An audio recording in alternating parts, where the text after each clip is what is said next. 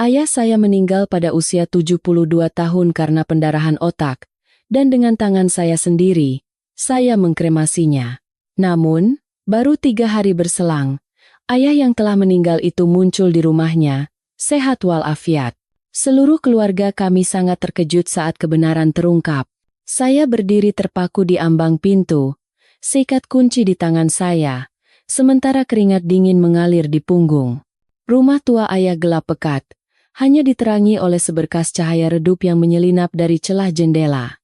Dalam cahaya remang-remang itu, ayah sedang duduk di sofa. Dengan punggung yang sedikit bungkuk, beliau memegang gelas air dan menatap saya dengan mata kosong, seperti anak kecil yang tersesat. Istri saya, Dewi, yang mengikuti saya dari belakang, langsung membeku begitu melihat pemandangan itu. Sambil memeluk anak kami lebih erat, bibirnya hanya bergetar tanpa bisa mengucapkan sepatah kata pun. Jantung saya berdebar begitu kencang seolah akan meledak. Ayah. Benarkah ini ayah? Saya melangkah maju, lalu ragu-ragu berhenti. Rasanya jika saya melangkah lebih jauh, semua ini akan lenyap seperti asap. Ayah mengedipkan mata dan berkata dengan suara serak, "Budi, ada apa? Kenapa kamu menatap Bapak seperti melihat hantu?" Saat itu juga, tangis saya pecah. Untuk pertama kalinya sejak mendengar kabar duka, saya menangis terseduh-seduh. Saya langsung berlutut di lantai keramik dan menangkupkan kedua tangan, seolah sedang bersujud kepada leluhur. Di tengah tangis, tawa pun keluar, dan mulut saya terus mengulang kata-kata yang sama. Ayah masih hidup. Ayah masih hidup. Tepat saat itu, adik saya, Fitri, berlari masuk. "Kak," panggilnya sambil berlari ke arah saya. Lalu ia membeku di tempat, seperti orang yang disiram air es. Matanya terbelalak, memandang bergantian antara ayah, saya, dan istri saya. Beberapa detik kemudian, Fitri menjerit dan memeluk kaki ayah. "Ayah, Ishak adik saya. Aku kira ayah sudah meninggalkan kami." Ayah mengerutkan kening dan mengelus kepala Fitri seperti biasa, tetapi tatapannya kosong. "Kenapa anak ini tiba-tiba menangis begini?" "Bapak tidak pergi kemana-mana." Saya segera menyeka air mata dan berusaha menenangkan suara saya agar terdengar normal, supaya ayah tidak terkejut. Saya menarik kursi dan duduk di hadapannya, mengamati wajahnya dengan saksama. Tidak salah lagi, ini memang ayah saya. Tahi lalat kecil di samping pelipis kirinya. Bekas luka samar di alis akibat kecelakaan sepeda motor dulu. Tangan yang kapalan karena bekerja sebagai buruh pabrik. Tidak mungkin salah. Namun, semakin saya yakin bahwa ayah duduk di sini, semakin merinding punggung saya. "Ayah, apa ayah tidak ingat sesuatu?" Kepala ayah sakit. Lalu setelah itu, saya berbicara perlahan, menekankan setiap kata. "Bu Sumi menelepon. Katanya ayah sudah dibawa ke rumah sakit." Ayah menekan pelipisnya dan meringis. Yang kuingat hanya kepalaku sakit luar biasa, seperti dipukul palu. Lalu aku pergi ke kamar mandi, dan pandanganku menjadi gelap. Ketika sadar, aku sudah berbaring di tempat yang sangat dingin. Gelap sekali di sekelilingku. Kupikir itu rumah sakit, tapi sekeras apapun aku menggedor, tidak ada yang datang. Akhirnya aku berhasil keluar dan terus berjalan. Dan berjalan, aku tersesat. Suara ayah terdengar putus-putus. Saya dan Dewi saling berpandangan. Wajah istri saya pucat pasi. Meskipun tidak ada yang mengucapkannya, kami semua tahu tempat dingin dan gelap itu di mana. Fitri gemetar hebat sambil memegang lengan ayah, menangis dan menggelengkan kepala. Tidak mungkin. Hari itu aku melihat wajah ayah. Aku bahkan sudah mendoakannya. Khawatir Fitri akan bicara lebih banyak, saya segera membekap mulutnya. "Fitri, tenanglah. Biar kakak yang bertanya pada ayah." Dewi membawa anak kami ke kamar tidur, membaringkannya di tempat tidur, lalu kembali. Dengan suara sepelan mungkin, ia berkata, "Kak, apa kita panggil dokter? Atau ambulans?" Saya menarik napas dalam-dalam. Kita pastikan dulu ayah baik-baik saja, baru kita pikirkan nanti. Saya kembali memegang tangan ayah. Tangannya dingin, tetapi nadinya masih berdenyut. Saya bertanya, "Ayah lapar? Apa ayah bisa makan sesuatu?" Ayah menatap saya dengan mata kosong, lalu mengangguk kecil. "Lapar. Beberapa hari ini aku makan bekal yang ditinggalkan orang di koridor. Haus juga." Mendengar itu, Dewi memalingkan wajah dan menangis. Dada saya terasa sesak. Selama ayah dalam kondisi seperti itu, saya malah mengkremasi orang lain. Saya mengubur guci abu orang lain dan menyebutnya ayah. Saya bangkit. "Ayah, duduk di sini, jangan kemana-mana. Saya akan turun membeli bubur." Saat saya hendak keluar, Bu Sumi, tetangga kami, sedang mengintip dari koridor. Sepertinya beliau keluar karena mendengar suara kami. Ketika melihat ayah duduk di rumah, Bu Sumi ternganga dan memegangi dadanya. "Ya Tuhan, Pak Bambang, bukankah Anda?" Ayah mengenali Bu Sumi dan memiringkan kepalanya. "Bu Sumi, kenapa wajahmu kaget begitu melihat saya?" Bu Sumi gemetar sambil memegangi kusen pintu. Saya yang hari itu melihat Anda tergeletak. Saya memanggil orang-orang dan ambulans. Di rumah sakit, dokter bilang, Bu Sumi tidak bisa melanjutkan kata-katanya. Saya menariknya keluar dan menutup pintu. Di koridor, saya berkata dengan suara pelan namun tegas, "Bu Sumi, tenanglah. Ayah saya kembali hidup. Ibu harus mengingat semua yang terjadi hari itu tanpa ada yang terlewat. Bagaimana kondisi ayah saat tergeletak? Apa ada orang lain yang dibawa ambulans bersamaan?" Mata Bu Sumi memerah, berusaha menahan ketakutannya. Waktu saya buka pintu, beliau sudah tergeletak di depan pintu kamar mandi. Mulutnya berbusa, badannya dingin. Saya panik sekali. Langsung menelepon kantor pengelola untuk memanggil ambulans. Petugas datang dan membawanya dengan tandu. "Apa ada situasi yang bisa menyebabkan salah paham?" tanya saya. Bu Sumi menggeleng. "Saya tidak tahu pasti. Tapi ada bapak tua yang sering main catur dengan Pak Bambang. Tinggal di lantai atas."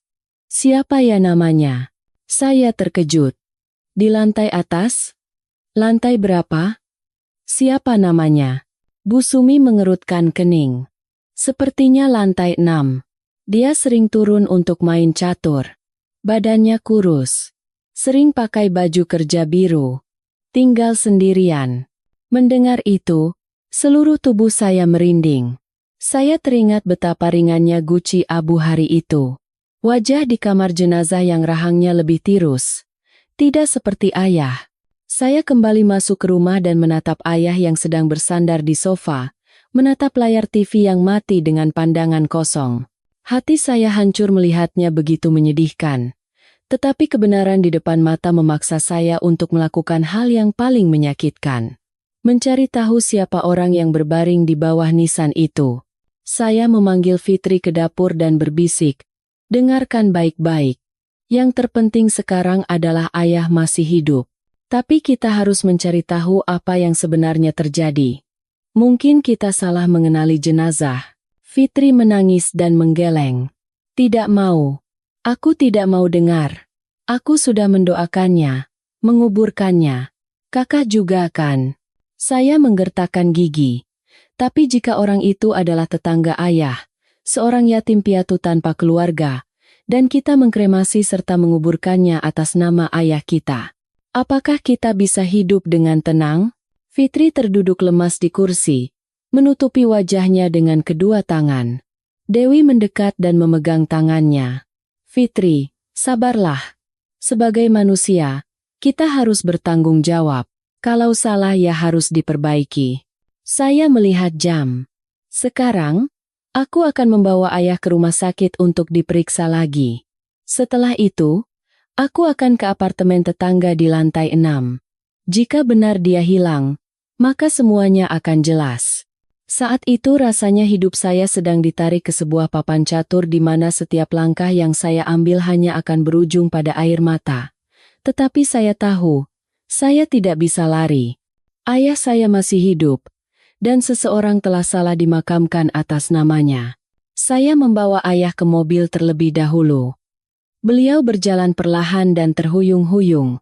Satu tangan memegang bahu saya, sementara tangan lainnya mencengkeram ujung baju saya, seolah takut tersesat jika terlepas. Setiap kali merasakan getaran halus dari tubuhnya, hati saya terasa diremas. Saya merasa iba pada ayah, sekaligus marah pada diri sendiri hingga sesak napas. Dewi berdiri di ambang pintu, matanya memerah, dan berpesan pelan, "Pastikan ayah diperiksa dengan baik. Aku akan di rumah bersama anak. Telepon aku kalau ada apa-apa." Saya mengangguk. Fitri juga berdiri di sana. Wajahnya pucat dengan mata bengkak. Ia mendekat dan memegang tangan ayah. "Ayah, setelah diperiksa, ayah harus pulang." "Ya? Aku akan menunggu di rumah." Ayah menatap Fitri dan mengangguk. Tatapannya lembut, tetapi kosong. "Iya, Bapak akan segera kembali. Jangan menangis." Di perjalanan ke rumah sakit, saya tidak menyalakan radio. Mobil hanya diisi oleh suara mesin yang teratur dan napas ayah yang berat. Sesekali saya meliriknya melalui kaca spion. Beliau mengerutkan kening dan menekan pelipisnya. "Ayah pusing?" tanya saya. Ayah menggeleng pelan. "Hanya lelah. Banyak hal yang tidak kuingat, seolah ada kabut di dalam kepala." Kata-kata tidak ingat itu membuat saya takut, tetapi saya menahan diri untuk tidak bertanya lebih jauh dan mencengkeram setir lebih erat. Saya bertekad untuk menjaga keselamatan ayah terlebih dahulu. Setibanya di rumah sakit, dokter langsung melakukan berbagai macam pemeriksaan pada ayah. Ketika beliau masuk ke ruang radiologi, saya duduk di koridor, bersandar di dinding, dengan kedua tangan gemetar. Saya teringat saat menandatangani surat kematian beberapa hari lalu, dan wajah dokter yang menggelengkan kepala. Semuanya terasa seperti mimpi yang aneh, antara nyata dan tidak. Sekitar 1 jam kemudian, dokter memanggil saya. Dokter Parubaya itu berbicara dengan suara tenang dan perlahan. "Ayah Anda punya riwayat hipertensi, ya? Memang benar kali ini ada pendarahan otak, tapi tingkatnya tidak terlalu parah. Mungkin saat kejadian, kondisinya didiagnosis lebih buruk dari yang sebenarnya. Selain itu, ada gejala demensia senilis, jadi responsnya melambat." Mendengar itu, tenggorokan saya tercekat. "Jadi, nyawa ayah tidak terancam, Dok?" Dokter mengangguk. "Untuk saat ini, ya. Kita harus terus memantaunya dan beliau harus minum obat secara teratur." "Tapi, Anda bilang ayah Anda sudah dinyatakan meninggal?" Saya menunduk. "Iya. Masalah ini sangat rumit." Dokter menatap saya sejenak, lalu menghela napas. "Anda harus memberitahukan hal ini ke rumah sakit sebelumnya. Jika memang ada kesalahan, ini adalah masalah yang sangat serius." Saya mengangguk. Saya tahu, tidak ada jalan untuk mundur lagi. Saya membawa ayah pulang dan meminta Fitri serta Dewi untuk merawatnya dengan baik. Kemudian, saya sendirian menaiki tangga menuju lantai 6. Setiap anak tangga terasa 2 kali lebih berat dari biasanya. Ketika berdiri di depan pintu unit 602, jantung saya berdebar begitu kencang hingga terasa di telinga. Saya mengetuk pintu, tetapi tidak ada jawaban. Saya mengetuk lebih keras, tetap hening. Saya melihat ke pintu seberang. Seorang pria parubaya membuka pintunya sedikit dan menatap saya dengan curiga. "Cari siapa?" "Iya, Pak. Saya mencari bapak yang tinggal di sini. Beliau tinggal sendirian dan sering main catur di bawah." Suara saya serak. Pria itu mengerutkan kening. "Oh, Pak Wiryo. Sudah beberapa hari tidak kelihatan. Saya kira pergi kemana. Apa beliau tidak punya keluarga?" tanya saya dengan panik. Ia menggeleng. "Tidak ada. Saya sudah tinggal di sini lebih dari 10 tahun. Tidak pernah lihat keluarganya datang. Orangnya sangat pendiam." Saya membeku di tempat. Hawa dingin menjalar di punggung saya. Saya menelepon kantor pengelola apartemen, dan tak lama kemudian, seorang petugas datang membawa kunci cadangan. Saat pintu unit 602 terbuka, bau apek dan makanan basi menusuk hidung. Ruangan itu gelap, tirainya tertutup rapat. Di atas meja, ada cangkir teh berjamur, dan di dapur, ada panci berisi sisa sayur yang sudah basi. Jelas sekali penghuninya telah pergi selama beberapa hari. Saya berdiri di tengah ruang tamu, merasa seolah seseorang meremas jantung saya. Semuanya begitu jelas. Orang yang saya kremasi bukanlah ayah saya. Saya terduduk lemas di kursi. Kepala saya pusing. Seseorang yang hidup seumur hidupnya tanpa istri dan anak, meninggal dalam kesunyian. Tidak ada yang mengurus jenazahnya. Dan saya, dengan gegabah, telah melepasnya pergi atas nama ayah saya. Malam itu, saya duduk bersama Fitri dan Dewi. Ayah sudah tertidur pulas, wajahnya lelah tetapi damai. Saya menceritakan semua yang saya lihat di lantai 6. Wajah Fitri semakin pucat saat mendengarkan. Adik saya memegangi kepalanya dan terisak. Jadi yang di makam itu. Bapak itu, Kak. Saya mengangguk. Belum 100% pasti, tapi kemungkinannya sangat besar. Dewi menggenggam tangan saya erat. Lalu sekarang bagaimana? Setelah hening sejenak, saya berkata, perlahan, tapi pasti. Kita harus kembali ke rumah sakit untuk memeriksa catatan hari itu. Jika benar ada kesalahan, kita harus melapor. Entah kita akan disalahkan atau masalahnya menjadi rumit. Kita harus melakukannya. Orang yang di makam itu juga punya kehidupan. Fitri terisak. Tapi aku takut, Kak. Aku takut harus membongkar makam itu lagi.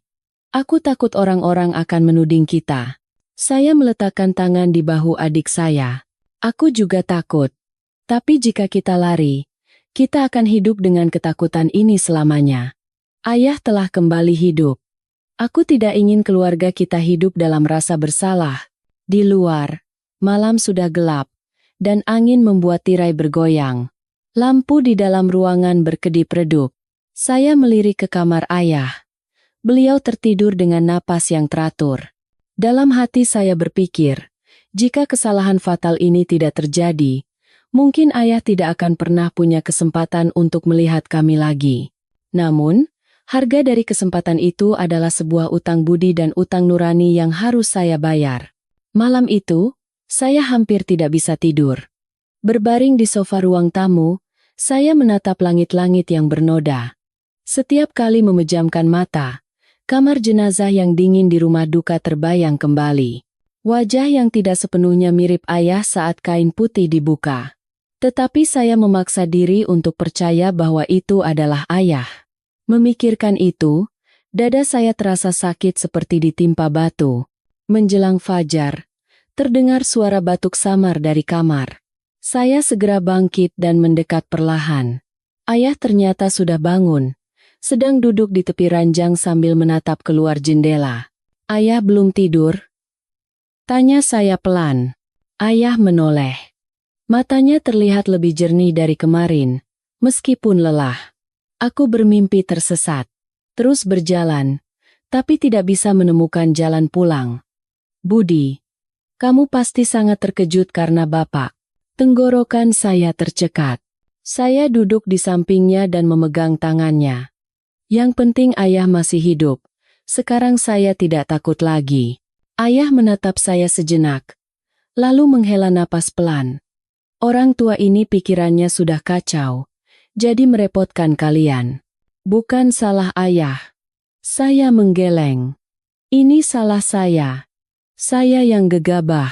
Ayah tidak sepenuhnya mengerti, tetapi beliau tidak bertanya lebih jauh. Beliau hanya mengangguk, lalu berbaring kembali. Saat saya menyelimutinya, melihat wajahnya yang tirus, hati saya hancur. Saya berjanji, apapun yang terjadi, saya akan menyelesaikan semuanya agar ayah bisa hidup dengan tenang. Pagi harinya, saya langsung menuju rumah sakit tempat ayah dibawa saat itu. Saya mendatangi bagian administrasi, menyebutkan nama, tanggal, dan waktu. lalu dengan tegas mengatakan bahwa sepertinya telah terjadi kesalahan. Awalnya, petugas terlihat enggan, mengatakan bahwa proses administrasi sudah selesai dan wali pasien sudah menandatanganinya, jadi tidak ada yang bisa dibicarakan lagi. Tetapi ketika saya berkata bahwa ayah saya masih hidup dan sekarang ada di rumah, nada suara mereka berubah. Mereka meminta saya menunggu karena harus memeriksa data kembali. Saya duduk di kursi plastik di koridor, mencengkeram topi dengan cemas. Sekitar 30 menit kemudian, seorang pria berkemeja mendekati saya, memperkenalkan diri sebagai penanggung jawab jaga hari itu, dan membawa saya ke kantornya. Dia menanyakan detail yang sangat rinci, nama ayah, usia, alamat, hingga waktu kedatangan ambulans. Saat menjawab satu persatu, saya merasakan keringat mengalir di punggung. Dia menyalakan komputer, membolak-balik berkas, dan raut wajahnya perlahan berubah. Hari itu, katanya perlahan, ada 2 pasien lansia pria yang masuk pada waktu yang hampir bersamaan. Keduanya mengalami pendarahan otak. Satu orang didampingi wali, yang satunya tidak. Jantung saya berdebar kencang. Yang tidak ada walinya. Siapa namanya? Dia menggeleng. Di berkas tercatat sebagai tanpa identitas. Beliau memakai baju kerja biru, dan tidak ada KTP. Mendengar itu, pikiran saya menjadi kosong. Kalau begitu, kemungkinan besar ada kesalahan, ya? Dia terdiam sejenak, lalu menghela napas.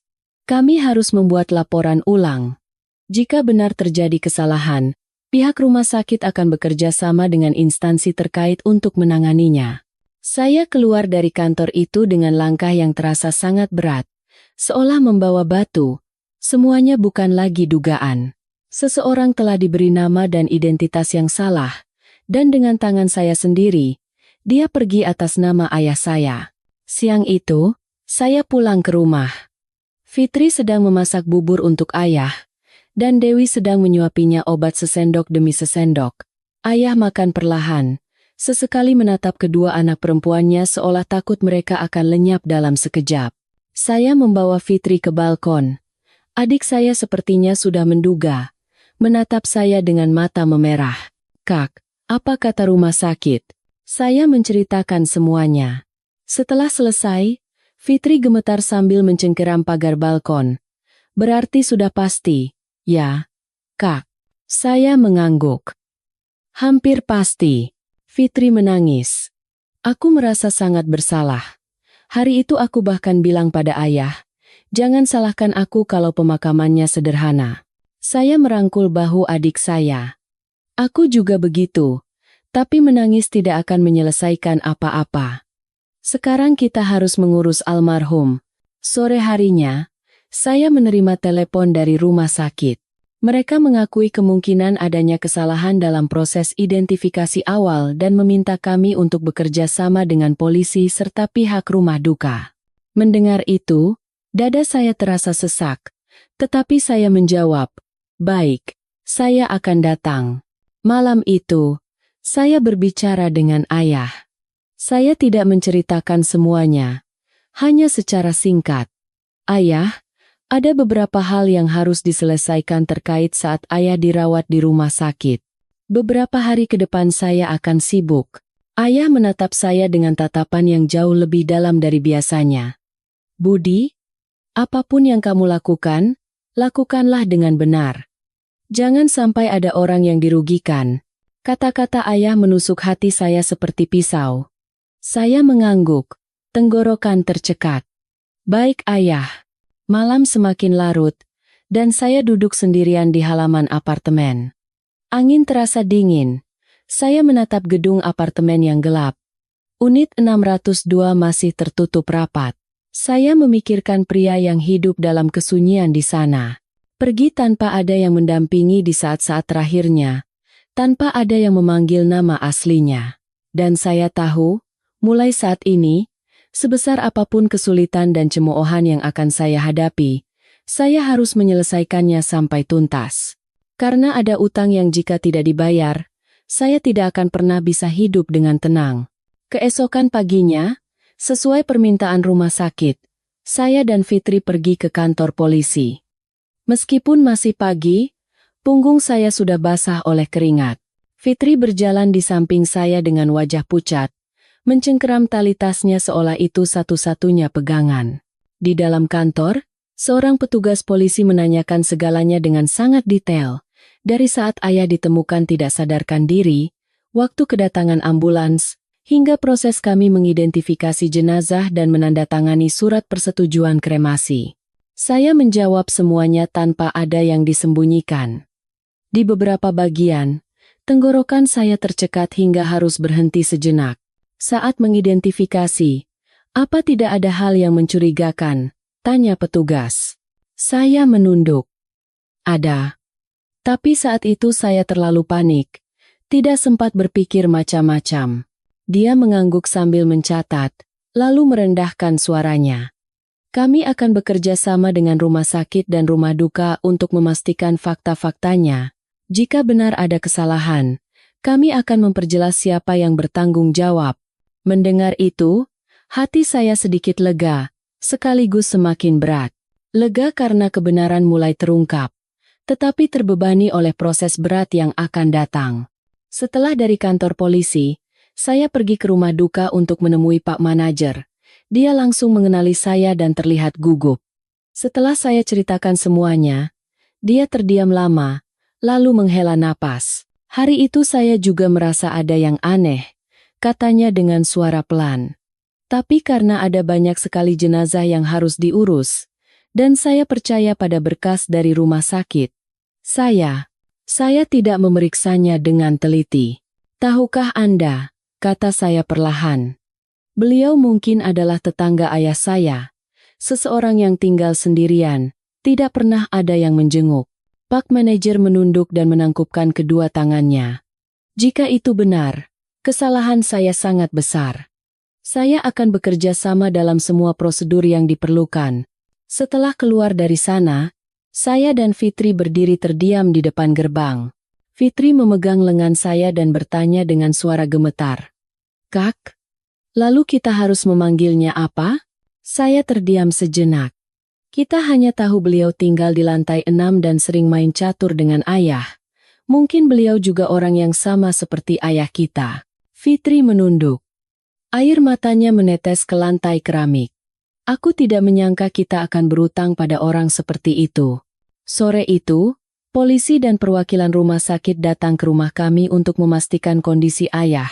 Ayah duduk di kursi, mendengarkan penjelasan mereka, dan raut wajahnya perlahan berubah. Setelah memahami situasinya, ayah terdiam lama. Jadi, ayah membuka suara dengan serak. Yang berbaring di makam itu bukan aku. Saya berlutut di hadapan ayah. Ayah, maafkan saya. Saya tidak bisa menjadi anak yang berbakti. Ayah mengangkat tangannya yang gemetar dan meletakkannya di kepala saya. Bangunlah. Ini bukan salahmu seorang. Takdir memang sedang mempermainkan kita. Fitri menangis terseduh-seduh. Dewi berdiri di belakang, matanya memerah, tetapi berusaha tetap tenang. Seorang polisi yang melihat pemandangan itu menghela napas pelan. Setelah mereka pergi, ayah duduk terdiam di sofa untuk waktu yang lama. Saya duduk di sampingnya tanpa berkata apa-apa. Tak lama kemudian, ayah menoleh.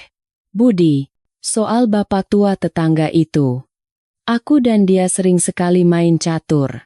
Ayah berbicara perlahan. Dia hidup dalam kesepian. Setiap kali kalah, dia hanya tertawa dan bilang, lain kali kita balas. Aku dan dia bahkan sudah berjanji, kalau ada waktu luang, kita akan main lagi. Mendengar itu, tenggorokan saya tercekat. Sekarang orang itu sudah tiada, lanjut ayah, matanya memerah. Dan dia pergi dengan namaku. Rasanya aku berutang besar padanya. Saya memegang tangan ayah. Ayah, jangan menyalahkan diri sendiri. Saya akan mengurusnya dengan layak. Ayah mengangguk, lalu berkata dengan suara yang lebih tegas dari sebelumnya. Tidak cukup hanya dengan mengurusnya dengan layak. Kita harus mengembalikannya ke tempatnya, dengan namanya sendiri. Berapapun biayanya, tidak masalah. Saya terkejut. Ayah, tapi uang. Ayah menggeleng. Aku bisa hidup lagi kali ini adalah karena Tuhan memberiku kesempatan. Jika aku membiarkan orang lain terbaring dengan nama yang bukan miliknya hanya demi menghemat uang, hatiku tidak akan tenang. Fitri menatap ayah dan menangis. Malam itu, seluruh keluarga berkumpul di meja makan, tetapi tidak ada yang bisa menelan nasi dengan baik. Keheningan yang berat menyelimuti kami, tetapi di dalamnya, saya bisa merasakan satu hal dengan jelas. Ayah saya tetaplah ayah saya. Seseorang yang hidup lurus sepanjang hidupnya, dan tidak akan pernah membiarkan utang budi tidak terbayar. Saya pergi ke balkon dan menatap halaman apartemen. Papan catur batu tempat ayah biasa duduk kosong. Saya membayangkan dua orang tua duduk di sana, tertawa dan berbincang. Mereka tidak akan pernah menyangka salah satu dari mereka akan pergi dengan nama yang lain. Saya menarik napas dalam-dalam. Saya tahu jalan di depan akan lebih rumit dan menyakitkan, tetapi jika saya tidak menyelesaikan masalah ini sepenuhnya, hati saya dan juga hati ayah, selama sisa hidupnya tidak akan pernah tenang. Selama beberapa hari berikutnya, rumah kami tidak pernah sepi dari tamu. Polisi, perwakilan rumah sakit, dan manajer rumah duka datang silih berganti untuk melakukan investigasi. Berkas menumpuk, tanda tangan harus dibubuhkan, dan dokumen harus terus dilengkapi. Kepala saya pusing melihat tumpukan kertas yang semakin tebal setiap hari. Tetapi, selelah apapun, saya tidak bisa mengeluh. Setiap kali saya melihat ayah duduk diam di sofa sambil memegang tasbih tuanya, saya tahu saya tidak berhak untuk bersuara lemah. Ayah terlihat semakin kurus. Beliau lebih sedikit bicara dan makannya tidak teratur. Kadang-kadang, saat minum air, beliau tiba-tiba berhenti dan menatap ke kejauhan, seolah sedang melihat kembali teman lamanya yang duduk di seberang papan catur batu, tersenyum lembut sambil memegang bidak. Suatu siang, saat saya sedang memeriksa berkas, ayah memanggil saya ke kamar. Suaranya pelan, tetapi tegas. "Budi, antarkan Bapak ke lantai 6. Saya terkejut. "Ayah, kan, lelah, biar saya saja yang ke sana." Ayah menggeleng. "Bapak ingin melihat rumahnya dengan mata kepala Bapak sendiri." Saya melirik Dewi, dan ia mengangguk pelan dengan tatapan khawatir. Fitri mendekat dan memegang tangan ayah. "Ayah, pelan-pelan saja ya." Aku ikut. Kami memapah ayah naik ke lantai 6. Koridornya kosong, hanya diterangi oleh lampu kuning di atas lantai keramik tua. Pintu unit 602 masih tertutup. Saat saya membukanya, bau apek yang khas tercium lagi. Ayah berdiri lama di ambang pintu, menatap sekeliling ruangan kecil itu. "Hidupnya benar-benar sederhana," kata ayah pelan. "Seperti diriku dulu." Ayah melangkah masuk perlahan dan duduk di sebuah kursi kayu tua. Tangannya terulur ke papan catur yang tergeletak di sudut ruangan. Bidak-bidaknya masih berserakan, sebuah permainan yang belum selesai. Ayah tersenyum tipis, tetapi senyum itu terlihat getir. "Dia kalah," kata ayah. "Giliran aku yang akan skakmat di permainan ini." Fitri memalingkan wajah dan menangis tanpa suara. Saya berdiri di belakangnya, tenggorokan terasa tercekat.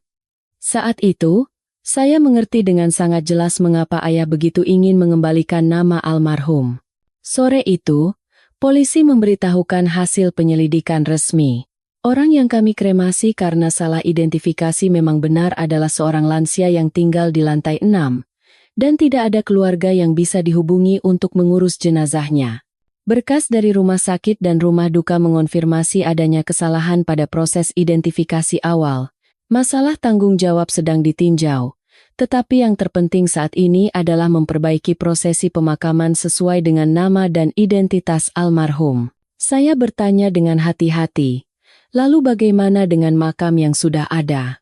Petugas menjawab dengan tenang, "Harus melalui prosedur pemindahan makam. Kami akan bekerja sama dengan pihak pemakaman." Malam itu, seluruh keluarga berkumpul lagi. Ayah menatap kami satu persatu dengan tatapan yang pelan namun jelas. "Aku sudah memikirkannya baik-baik. Orang itu tidak punya siapa-siapa. Aku yang kembali hidup ini seolah berutang satu nyawa padanya. Aku ingin mengurus kepergian terakhirnya dengan layak. Fitri terisak. Ayah, tapi uang. Kondisi keuangan kita. Ayah melambaikan tangan. Uang bisa dicari lagi, tapi nurani tidak. Dewi memegang tangan ayah dan berkata dengan suara gemetar namun tegas. Ayah, jangan khawatir. Saya dan Kak Budi akan mendampingi ayah. Beberapa hari menunggu proses pemindahan makam adalah waktu yang paling berat. Memikirkan harus membuka kembali kuburan yang sudah tertutup tanah membuat jantung saya terasa diremas. Saya takut akan pandangan orang, bisik-bisik mereka, dan pertanyaan-pertanyaan acuh tak acuh yang akan mengorek luka yang belum sembuh. Malam sebelumnya, ayah tidak bisa tidur. Beliau duduk di balkon, menatap halaman apartemen yang kosong. Saat saya duduk di sampingnya, ayah memanggil pelan, Budi. Apa kamu menyalahkan Bapak? Karena Bapak, kamu harus menanggung beban ini. Saya menggeleng. Tidak, ayah. Saya hanya menyalahkan diri sendiri karena tidak lebih teliti dari awal. Ayah menghela napas. Hidup ini kadang begitu. Satu kesalahan kecil bisa menimbulkan akibat yang panjang. Tapi bisa memperbaiki kesalahan itu saja sudah merupakan sebuah keberuntungan. Saya menatap ayah. Wajahnya terlihat sangat lelah. Tetapi anehnya juga terlihat damai. Mungkin ketika seseorang memutuskan untuk menghadapi masalah secara langsung, hatinya menjadi sedikit lebih ringan. Keesokan paginya, langit berawan, dan pemakaman di pinggir kota tampak sepi. Para pekerja diam-diam menyiapkan peralatan dan mulai bekerja. Saya berdiri di samping ayah, memegang bahunya erat-erat. Saat penutup semen diangkat, jantung saya serasa berhenti berdetak. Saya tidak berani menatap langsung, hanya mendengar percakapan pelan para pekerja. Ayah berdiri tegak, menangkupkan kedua tangan, dan menggumamkan sesuatu.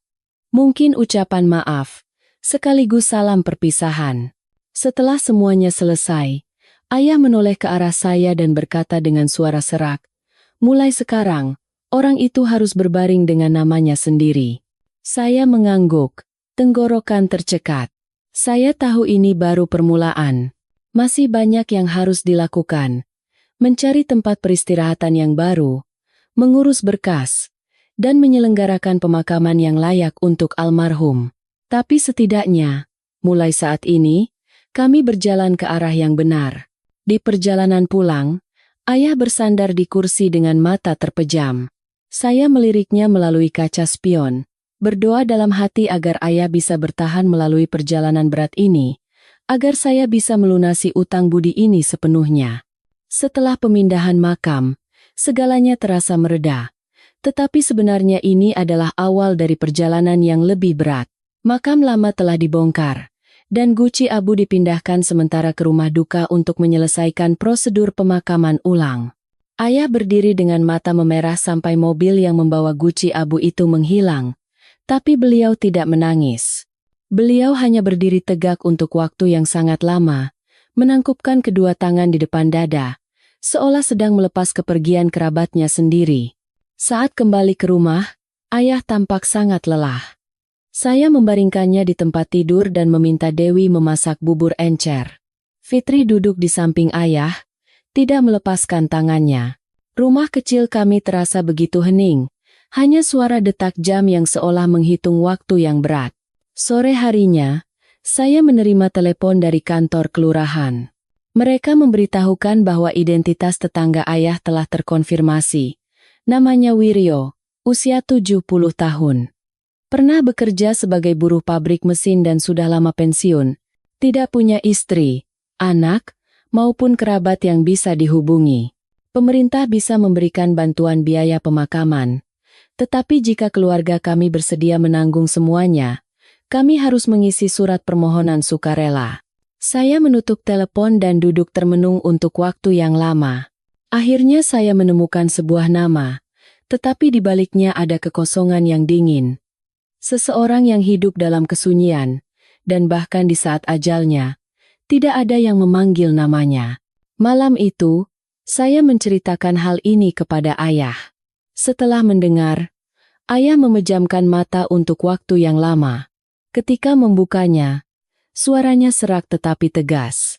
Jadi namanya Wiryo, ya. Mulai sekarang, kita harus memanggil namanya dengan benar. Fitri terisak. Kasihan sekali bapak itu. Ayah mengangguk. Justru karena kasihan, kita tidak boleh melepasnya pergi dalam kedinginan lagi. Ayah meminta saya menelepon kantor kelurahan dan dengan tegas menyatakan bahwa keluarga kami bersedia menyelenggarakan pemakaman Pak Wiryo secara sukarela. Saya bertanya apakah beliau yakin, mengingat kondisi keuangan kami sudah sangat menipis. Ayah hanya menatap saya, dan tatapan itu tidak mengizinkan saya untuk ragu lagi. Tidak apa-apa. Selama beberapa hari berikutnya, saya sibuk mengurus berkas kesana kemari. Surat permohonan sukarela, surat konfirmasi identitas, surat pemakaman. Setiap kali menandatangani dokumen, tangan saya gemetar. Bukan karena takut akan tanggung jawab, tetapi karena merasa sedang mewakili perjalanan terakhir seseorang. Fitri mengambil cuti beberapa hari untuk membantu saya. Kami berdua berkeliling dengan sepeda motor. Punggung kami basah oleh keringat. Suatu hari, Fitri yang duduk di belakang berkata dengan suara lelah, "Kak, coba hari itu kita lebih teliti." Saya tidak menjawab. Mengulang kata-kata itu ratusan kali pun tidak akan mengubah apa yang sudah terjadi. Yang bisa kami lakukan hanyalah menyelesaikannya dengan benar mulai sekarang. Ayah tetap di rumah, tetapi kesehatannya menurun. Suatu hari, saat saya pulang terlambat, ayah sedang duduk sendirian di balkon, menatap halaman apartemen. Papan catur batu masih di sana, tetapi sudah berdebu. Saat saya mendekat, terdengar gumaman ayah, "Pak Wiryo, saya berutang satu permainan catur padamu." Saya berdiri di belakang ayah. Dada terasa sesak. "Ayah, ayo masuk, istirahat. Anginnya dingin." Ayah menggeleng. "Sebentar lagi, Bapak takut nanti lupa wajahmu." Kata-kata itu benar-benar membuat saya takut. Saya tiba-tiba sadar, ayah bukan hanya sedang membayar utang budi kepada almarhum, tetapi juga sedang berpegang pada ingatannya sendiri. Beliau takut suatu hari saat bangun, semuanya akan menjadi kabur seperti kabut. Pada hari kami akan membawa pulang guci abu Pak Wiryo dari rumah duka. Saya dan Fitri pergi bersama. Pak manajer menemui kami dan menunduk dalam-dalam. "Maafkan saya. Kejadian ini akan saya pikul seumur hidup." Saya menatap guci abu di hadapan saya dengan hati yang berat. Saya tidak lagi menyalahkan Pak manajer. Kesalahan sudah terjadi.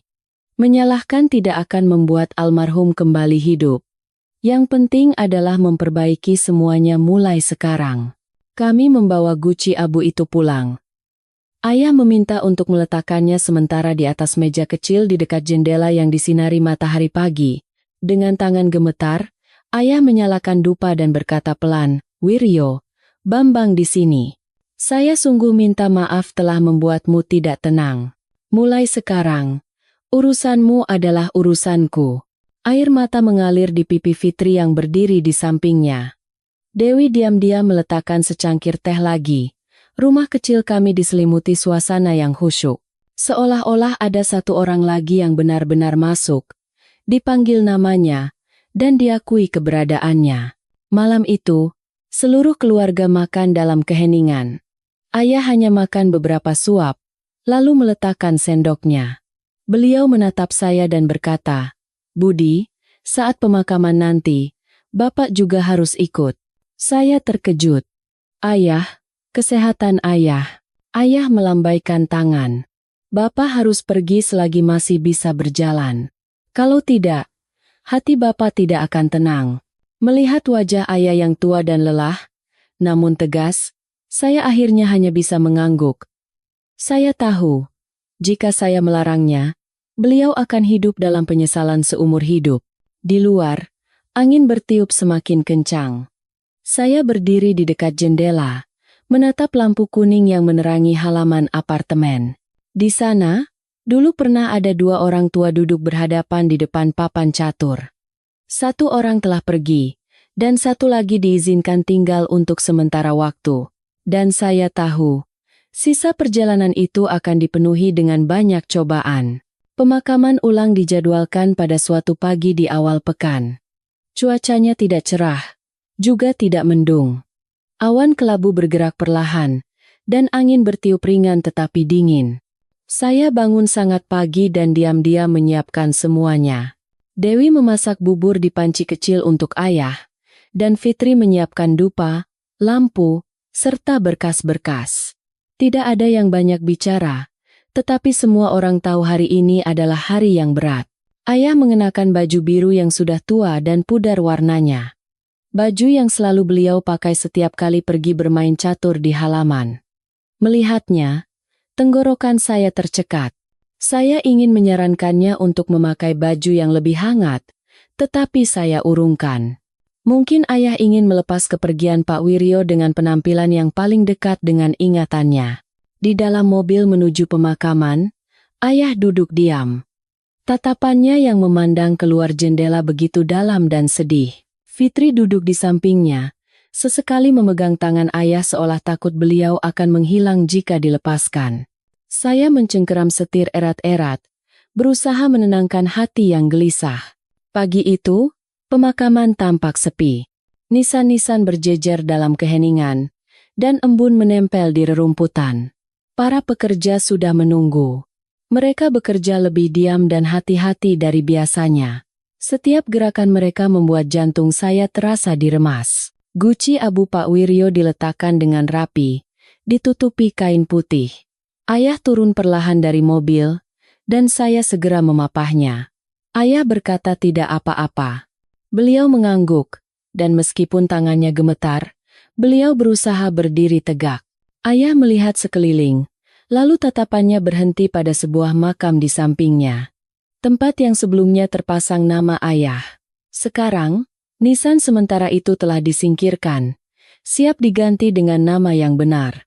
Ini juga takdir, kata ayah pelan. Pada akhirnya, kita akan berbaring berdampingan seperti ini. Fitri menangis. Dewi berdiri di belakang, menangkupkan kedua tangan dan menggigit bibir. Saya bisa mendengar jantung saya berdebar kencang.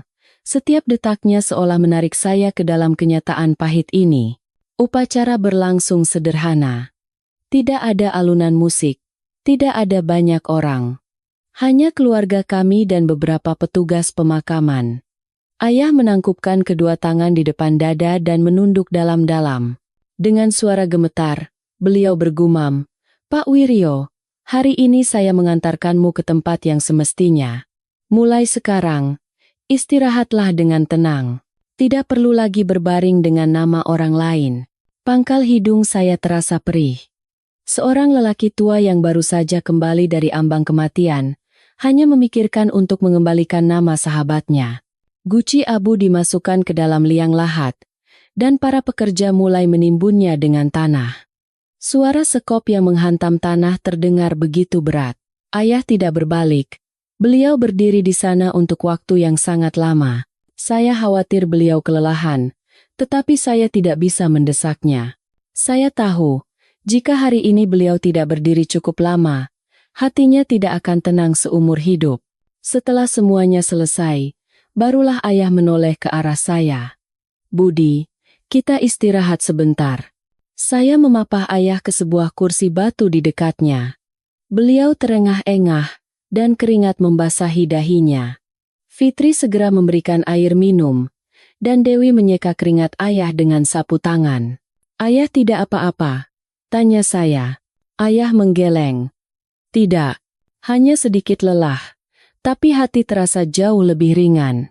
Kami tinggal sebentar lagi, lalu meninggalkan pemakaman."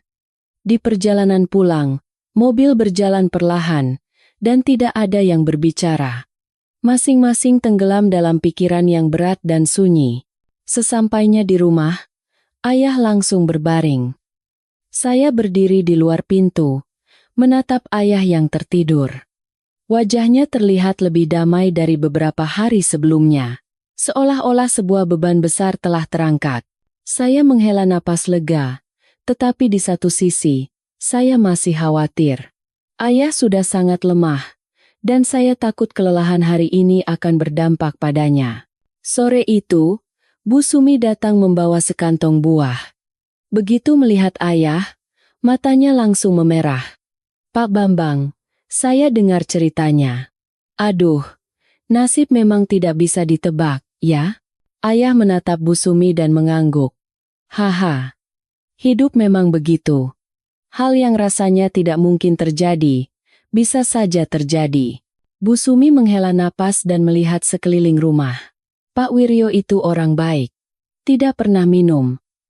Tidak pernah berkelahi. Dosanya mungkin hanya karena hidup terlalu sepi. Ayah terdiam sejenak, lalu berkata, saya dan dia sekarang sudah lunas utangnya. Sekarang, kalaupun saya diberi hidup sehari lagi, saya hanya ingin menjalaninya dengan benar. Bu Sumi menatap ayah, lalu menoleh ke arah saya dan merendahkan suaranya. Budi, jaga ayahmu baik-baik. Setelah mengalami kejadian besar seperti ini, orang tua biasanya cepat sekali drop. Saya mengangguk. Saya tahu itu. Saya menatap ayah dan berdoa dalam hati agar semua kejadian menyakitkan ini tidak meninggalkan luka yang terlalu dalam, agar ayah bisa tinggal lebih lama bersama kami. Malam itu, saya duduk di balkon. Angin terasa lebih sejuk, dan langit tinggi dan tenang. Saya memikirkan Pak Wiryo, memikirkan ayah, dan memikirkan batas tipis antara hidup dan mati. Bagaimana satu kesalahan kecil, satu momen kebingungan, telah menyeret begitu banyak orang ke dalam tragedi. Saya juga memikirkan diri saya sendiri. Jika hari itu saya lebih sadar, lebih tegas, mungkin segalanya akan berbeda. Tapi hidup tidak mengenal kata jika.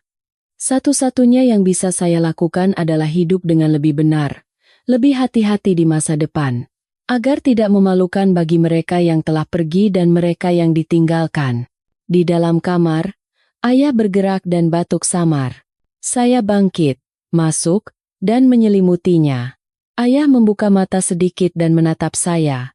Budi, sudah selesai semua? Iya, sudah selesai, ayah, kata saya pelan. Sekarang tidurlah yang nyenyak. Ayah memejamkan mata, dan senyum yang sangat tipis tersungging di bibirnya.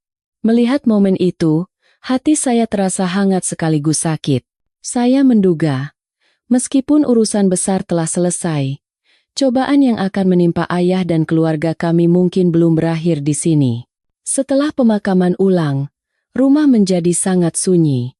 Tidak ada lagi orang asing yang datang, tidak ada lagi berkas yang menumpuk di meja, tetapi keheningan itu bukanlah kelegaan. Rasanya seperti permukaan air yang tenang setelah badai besar berlalu, tetapi getarannya masih terasa di bawahnya. Ayah terlihat semakin lemah. Beliau lebih banyak tidur, dan porsi makannya berkurang. Suatu sore, saat saya pulang kerja, saya mendapati ayah duduk termenung di depan papan catur tua yang saya bawa dari apartemen lantai 6. Bidak-bidaknya sudah aus karena sering disentuh, dan warna kayunya sudah memudar dimakan waktu.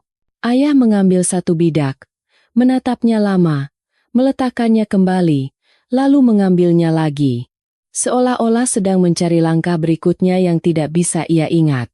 Ayah ingat? Tanya saya pelan. Ayah menatap saya dan tersenyum lelah. Ada yang ingat, ada yang sudah banyak lupa.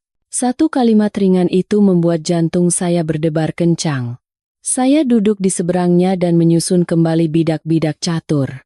Saya akan main dengan ayah. Ayah menggeleng. Kamu kan tidak bisa main. Hanya Wiryo yang sabar duduk berjam-jam denganku. Saya terdiam. Nama itu sekarang begitu alami diucapkan ayah, seolah memanggil anggota keluarga. Saya tahu, di dalam ingatan ayah yang mulai memudar, sosok Pak Wiryo masih begitu jelas. Beberapa hari berikutnya, saya berusaha pulang lebih awal dari pekerjaan. Dewi juga begitu. Tanpa sepatah kata keluhan, ia merawat ayah dengan sabar. Suatu tengah malam, ayah bangun dan tersesat di dalam rumahnya sendiri. Wiryo kemana? Kenapa belum turun untuk main catur? Dewi segera memapah ayah dan berkata dengan lembut, Ayah, sudah malam. Besok lagi mainnya. Ayah melihat sekeliling dan mengangguk kosong, tetapi tatapan matanya membuat saya takut. Saya takut suatu hari nanti ayah akan melupakan kami juga. Suatu pagi, saat saya sedang di toko, telepon dari Fitri masuk, suaranya panik. "Kak, cepat pulang, ayah tiba-tiba pingsan." Saya panik dan langsung bergegas pulang. Ayah terbaring di tempat tidur, wajahnya pucat, napasnya berat. Dokter lingkungan yang datang memeriksa mengatakan ayah mengalami syok karena tekanan darah rendah dan kondisinya harus terus dipantau. Mendengar itu, kaki saya lemas. Semua ingatan hari itu, saat ayah tergeletak di depan pintu kamar mandi, kembali dengan begitu jelas dan menyakitkan. "Jangan terlalu panik," bisik Dewi. Tangannya masih meletakkan kompres dingin di dahi ayah. Kata dokter belum berbahaya. Saya mengangguk, tetapi hati saya tidak tenang. Saya duduk di samping tempat tidur dan memegang tangan ayah. Tangan itu sekarang begitu kurus dan ringan.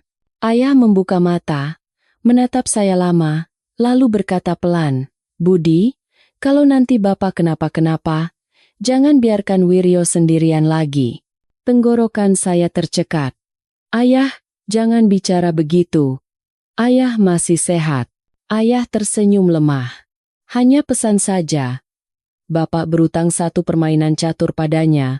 Mungkin harus turun ke sana baru bisa lanjut main." Air mata saya tanpa sadar mengalir. Saya memalingkan wajah agar ayah tidak melihat.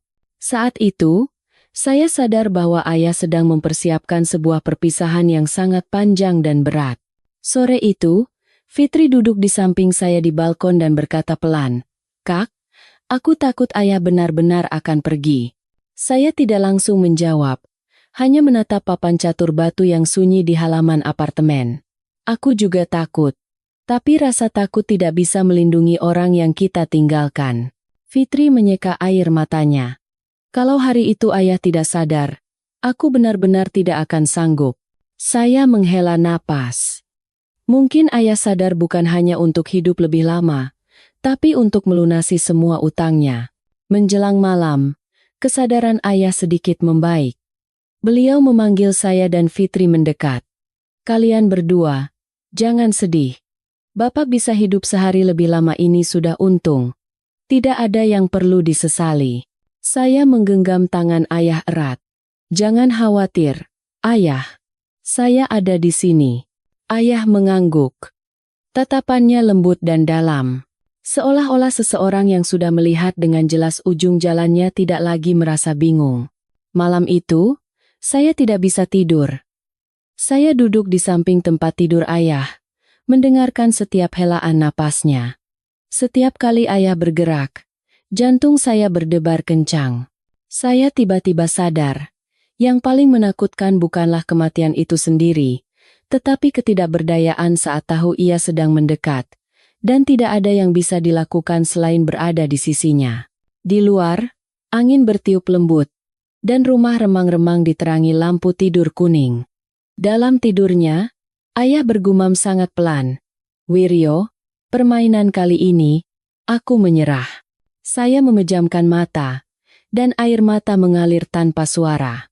Saya tahu, permainan catur kedua orang tua itu akan segera berakhir, dan meskipun saya belum siap, saya harus belajar untuk menerima kenyataan itu.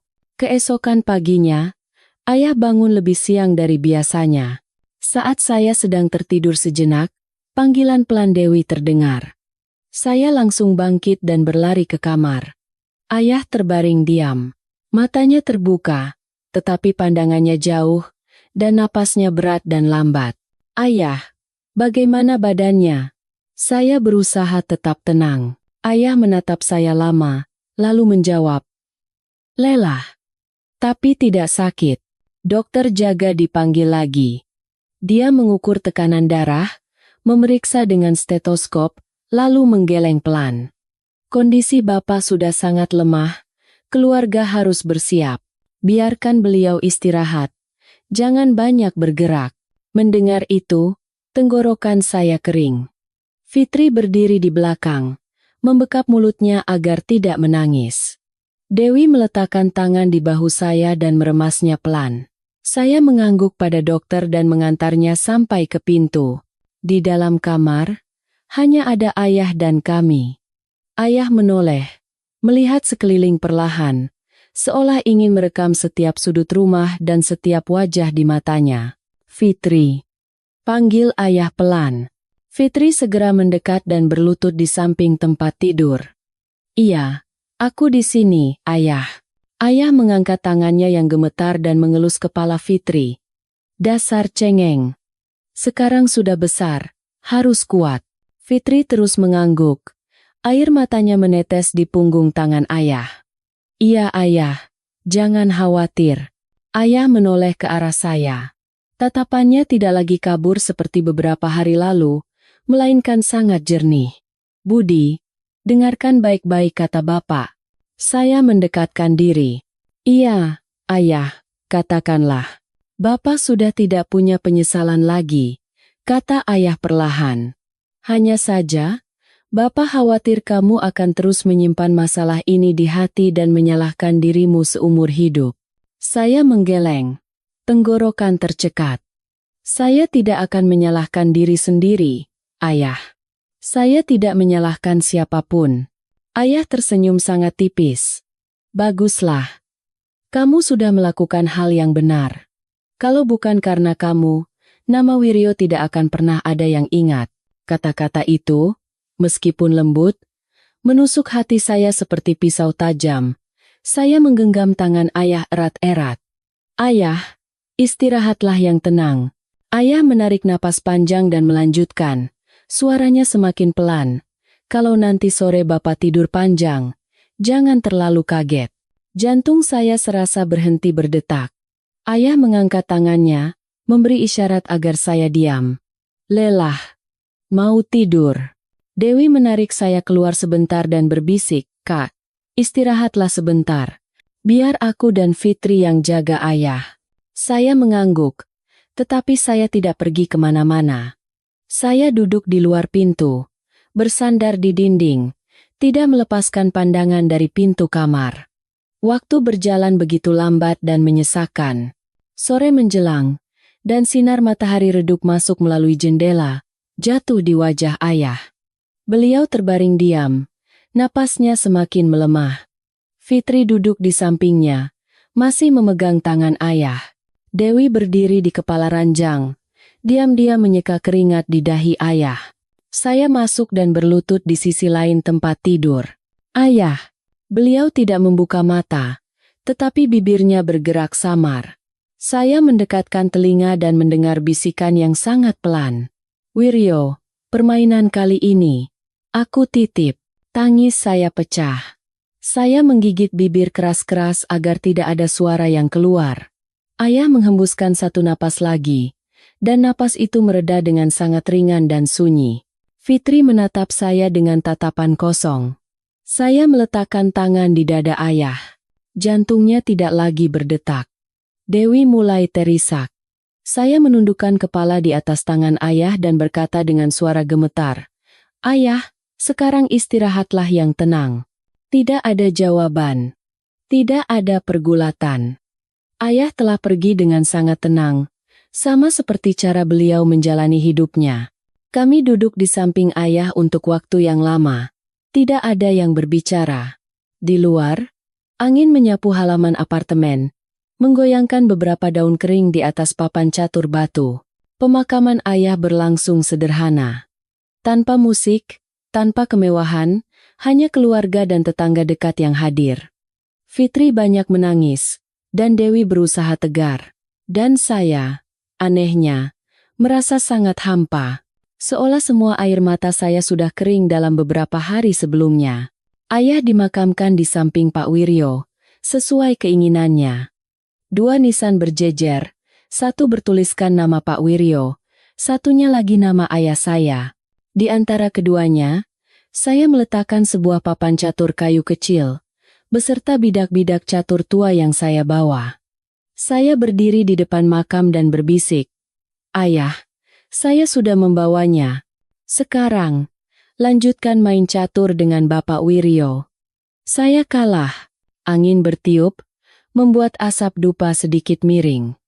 Saya tidak tahu apakah itu sebuah jawaban, tetapi untuk pertama kalinya setelah sekian lama, ketenangan yang sesungguhnya datang ke dalam hati saya. Malam itu, saya kembali ke rumah dan duduk sendirian di balkon. Saya memikirkan ayah, memikirkan Pak Wiryo, dan memikirkan kesalahan yang telah mengubah seluruh alur kehidupan. Jika kesalahan itu tidak terjadi, mungkin ayah akan meninggal lebih cepat, tanpa sempat membayar utangnya. Mungkin saya tidak akan pernah mengerti sedalam ini apa artinya sebuah prinsip hidup. Ada hal-hal dalam hidup yang begitu menyakitkan sehingga kita tidak ingin mengingatnya lagi. Tetapi, justru hal-hal itulah yang mengajarkan kita untuk menundukkan kepala, untuk memperbaiki kesalahan, dan untuk menghargai setiap momen yang tersisa. Setelah pemakaman ayah, rumah terasa kehilangan separuh nyawanya. Suara batuk samar dari kamar di pagi hari telah hilang. Tidak ada lagi orang yang menunggu semangkuk nasi dingin di siang hari. Tidak ada lagi tatapan mata tua di malam hari yang seolah menghitung irama angin di balkon. Saya berjalan di dalam rumah, merasa seperti berjalan di ruang hampa. Dimanapun saya menyentuh, terasa dingin. Fitri tinggal beberapa hari lagi di rumah kami. Adik saya menjadi sangat pendiam. Suatu hari, saat sedang mencuci piring, ia berdiri termenung. Air meluap, tetapi ia tidak sadar. Baru setelah saya memanggilnya beberapa kali, ia terkejut, menoleh, dan menyeka air matanya. Suatu malam, Fitri berkata pelan, "Kak, aku merasa ayah masih ada di suatu tempat. Rasanya kalau aku buka pintu kamar, beliau akan bertanya, 'Sudah makan?' Saya mengangguk. Aku juga begitu." Dewi berusaha menjaga rutinitas keluarga.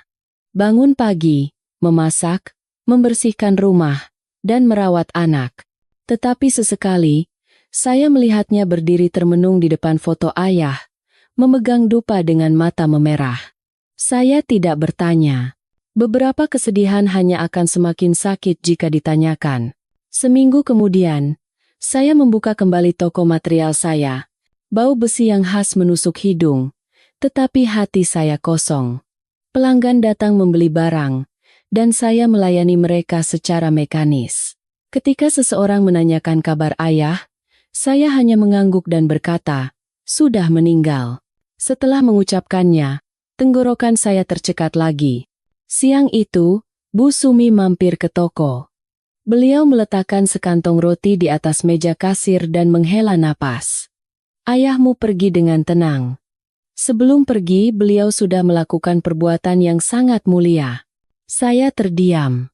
Bu Sumi menatap saya dan berkata perlahan, "Budi, orang tua di usia segitu, yang paling ditakuti bukanlah kematian, tapi meninggal dengan meninggalkan penyesalan. Ayahmu tidak meninggalkan penyesalan." Kata-kata itu terasa seperti sebuah tangan yang diletakkan di dada saya. Saya menunduk dan mengucapkan terima kasih kepada beliau. Setelah itu, saya sering pergi ke pemakaman. Tidak setiap hari menyalakan dupa. Kadang-kadang hanya menatap dari jauh dua nisan yang berjejer. Suatu kali, saya membawa papan catur yang lebih kecil, meletakkannya di sana, menyusun bidak-bidaknya, lalu mengambilnya kembali.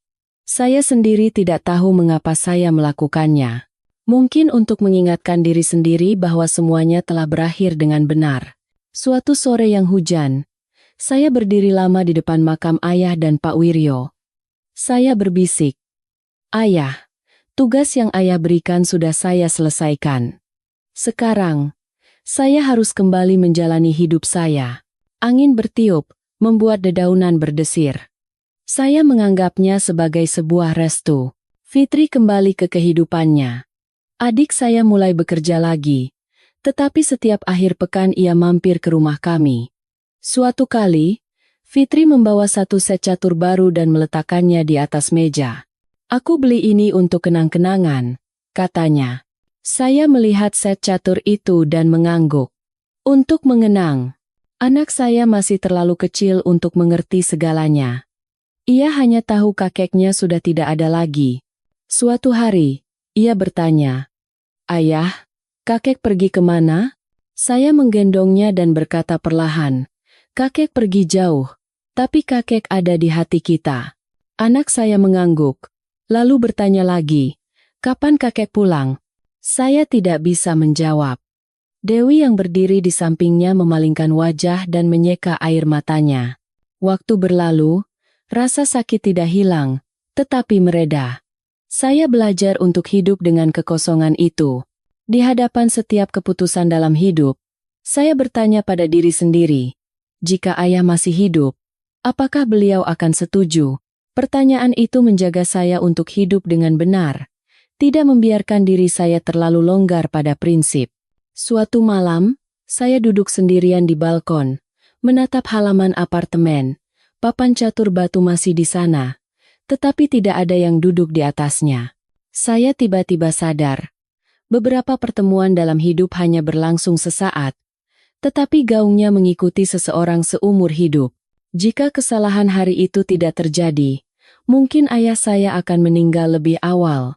Jika kepulangan yang aneh itu tidak terjadi, mungkin saya tidak akan pernah belajar pelajaran terbesar dalam hidup saya. Bahwa hidup harus dilihat dengan benar, pekerjaan harus diselesaikan dengan tuntas, dan ketika berbuat salah, kita harus memiliki keberanian yang cukup untuk memperbaikinya. Saya bangkit dan menutup pintu balkon. Rumah dipenuhi cahaya hangat, dan Dewi serta anak saya sedang menunggu. Saya tahu, masih banyak pekerjaan yang harus dilakukan, masih banyak hari yang harus dijalani. Dan saya akan menjalani sisa hidup saya termasuk bagian ayah saya dengan lebih jujur dan hati-hati. Agar tidak memalukan bagi mereka yang telah ditinggalkan. Ketika saya pikir semuanya telah mereda, saya menyadari satu hal. Rasa sakit karena kehilangan tidak akan pernah hilang. Ia hanya mengubah cara keberadaannya. Tidak lagi merobohkan, tetapi meresap ke dalam hal-hal kecil dan momen-momen sepele dalam keseharian. Seperti saat membuka pintu di pagi hari, secara kebiasaan menengok ke kamar ayah, lalu berhenti sejenak saat menyadari kamar itu telah sunyi selamanya. Suatu sore, saya membereskan lemari tua ayah. Dewi ingin membantu, tetapi saya bilang akan melakukannya sendiri. Saya ingin menyentuh barang-barang terakhir milik ayah dengan tangan saya sendiri. Seperti sebuah perpisahan yang sangat lambat. Di dalam lemari hanya ada beberapa potong pakaian usang dan beberapa kemeja biru pudar khas buruh pabrik zaman dulu. Saya melipat setiap helai pakaian. Bau matahari yang samar dan bau kamper yang samar membuat dada saya sesak. Di sudut lemari, saya menemukan sebuah kotak kayu kecil. Kotak tua dengan gembok berkarat. Saat saya membukanya, di dalamnya ada selembar kertas yang sudah menguning dan sebuah buku catatan tipis. Saya mengambil buku catatan itu dan langsung mengenali tulisan tangan ayah. Tulisannya tidak indah, tetapi rapi. Setiap baris ditulis dengan teratur. Saya duduk di tempat tidur dan membuka halaman pertama. Ayah tidak rutin menulis buku harian. Hanya tulisan-tulisan pendek yang ditinggalkan saat teringat, saat merasa perlu. Di beberapa halaman, hanya ada kalimat sederhana. Hari ini Budi mengirim uang. Anak itu pasti juga sedang susah. Di halaman lain, hanya ada satu baris. Kalah main catur dengan Wiryo. Saya membalik halaman demi halaman perlahan. Ketika sampai di halaman-halaman terakhir, jantung saya serasa berhenti berdetak. Ayah menulis, "Kalau aku pergi duluan, siapa yang akan mengurus Wiryo? Orang itu hidupnya terlalu sepi." Saya duduk termenung di sana. Selama ini, saat saya sibuk dengan hidup saya sendiri, ayah sudah memikirkan hal itu sejak lama. Keinginan ayah untuk mengembalikan nama Pak Wiryo bukanlah sebuah kebetulan, bukan hanya karena sebuah kesalahan. Di dalam hati ayah, Pak Wiryo sudah menjadi seperti keluarga sejak lama. Malam harinya, saya meletakkan buku catatan itu di depan foto ayah. Saya menyalakan dupa dan berbisik, "Ayah, sekarang saya baru mengerti." Kebetulan Fitri datang, dan saya memberikan buku catatan itu padanya. Setelah selesai membaca, Fitri menangis terseduh-seduh. Ayah selalu memikirkan orang lain lebih dulu. Saya mengangguk. Itulah sebabnya kita tidak boleh hidup sembarangan. Beberapa hari berikutnya, Saya mulai melakukan sesuatu yang belum pernah saya pikirkan sebelumnya. Bersama beberapa penghuni apartemen, saya mengumpulkan uang untuk memperbaiki papan catur batu di halaman. Bukan hal besar, hanya membersihkannya, mengganti batu yang pecah, dan menata kembali beberapa kursi. Bu Sumi yang melihatnya menghela napas. Kalau kedua orang tua itu tahu, pasti senang sekali. Pada hari perbaikan papan catur selesai, saya meletakkan set catur kayu yang dibeli Fitri di atasnya. Tidak ada yang duduk bermain, tetapi hati saya terasa tenang. Setidaknya tempat di mana kedua orang itu pernah duduk berhadapan tetap terjaga. Suatu sore, dua orang lansia asing turun dan mencoba duduk di sana. Mereka bertanya, "Papan catur ini punya siapa?" Saya menjawab, "Milik dua orang bapak yang dulu biasa duduk di sini." Mereka tidak bertanya lebih jauh dan mengangguk. Saya melihat mereka bermain beberapa langkah. Lalu tiba-tiba sadar, ingatan tidak akan hilang. Ia hanya berpindah dari satu orang ke orang lain dalam keheningan. Dewi memperhatikan perubahan saya.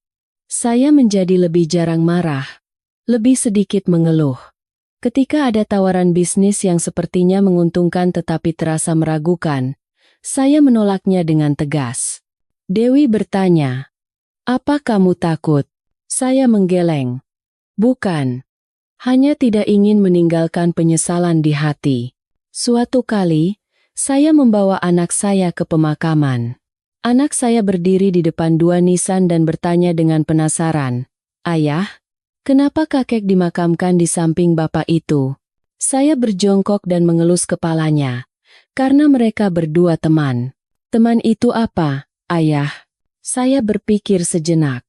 Orang yang tidak punya hubungan darah tapi saling menjaga seperti keluarga. Anak saya tidak sepenuhnya mengerti, tetapi ia mengangguk. Melihat matanya yang jernih, saya percaya bahwa beberapa hal tidak perlu langsung dimengerti. Cukup ditanamkan benihnya saja. Di perjalanan pulang, saya banyak berpikir. Jika kesalahan fatal itu tidak terjadi, mungkin saya tidak akan pernah membuka buku catatan ini. Saya tidak akan pernah tahu apa yang diam-diam dipikirkan dan dikhawatirkan oleh ayah. Sepertinya beberapa kebenaran baru terungkap setelah seseorang pergi, untuk mengingatkan mereka yang ditinggalkan agar hidup dengan lebih benar. Malam harinya, saya kembali ke balkon. Angin bertiup lembut. Di bawah, di halaman, ada orang-orang yang duduk di papan catur batu, dan suara bidak catur yang beradu terdengar samar. Saya memejamkan mata. Saat itu, rasanya seolah-olah ayah dan Pak Wiryo masih ada di sana. Menunduk berpikir, lalu tertawa lembut saat salah satu dari mereka kalah. Saya membuka mata. Pemandangan di depan saya masih nyata, tetapi hati saya tidak lagi kosong seperti dulu. Saya sadar, kematian ayah bukanlah sebuah akhir, melainkan sebuah tonggak sejarah. Sebuah tonggak yang mengingatkan bahwa hidup ini cukup singkat hingga satu kesalahan kecil bisa mengubah takdir, tetapi juga cukup panjang hingga satu perbuatan baik bisa menyelamatkan banyak jiwa. Saya meletakkan satu batang dupa lagi untuk ayah dan berkata dalam hati, "Ayah, saya akan terus hidup. Tidak terburu-buru, tidak sembarangan. Saya berjanji."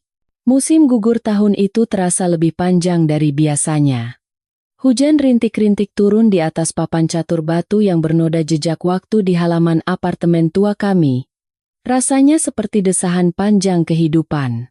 Saya masih belum bisa meninggalkan kebiasaan untuk berdiri sejenak di balkon setelah pulang kerja, menatap halaman yang sudah akrab itu. Di sanalah dulu dua orang tua duduk berhadapan, bermain catur perlahan, dan berbagi cerita tanpa awal dan akhir. Sudah lebih dari setahun sejak ayah meninggal. Waktu tidak membuat saya melupakannya, juga tidak menghilangkan rasa sakit. Waktu hanya mengajarkan saya untuk berjalan bersama rasa sakit itu, membawanya seperti bayangan.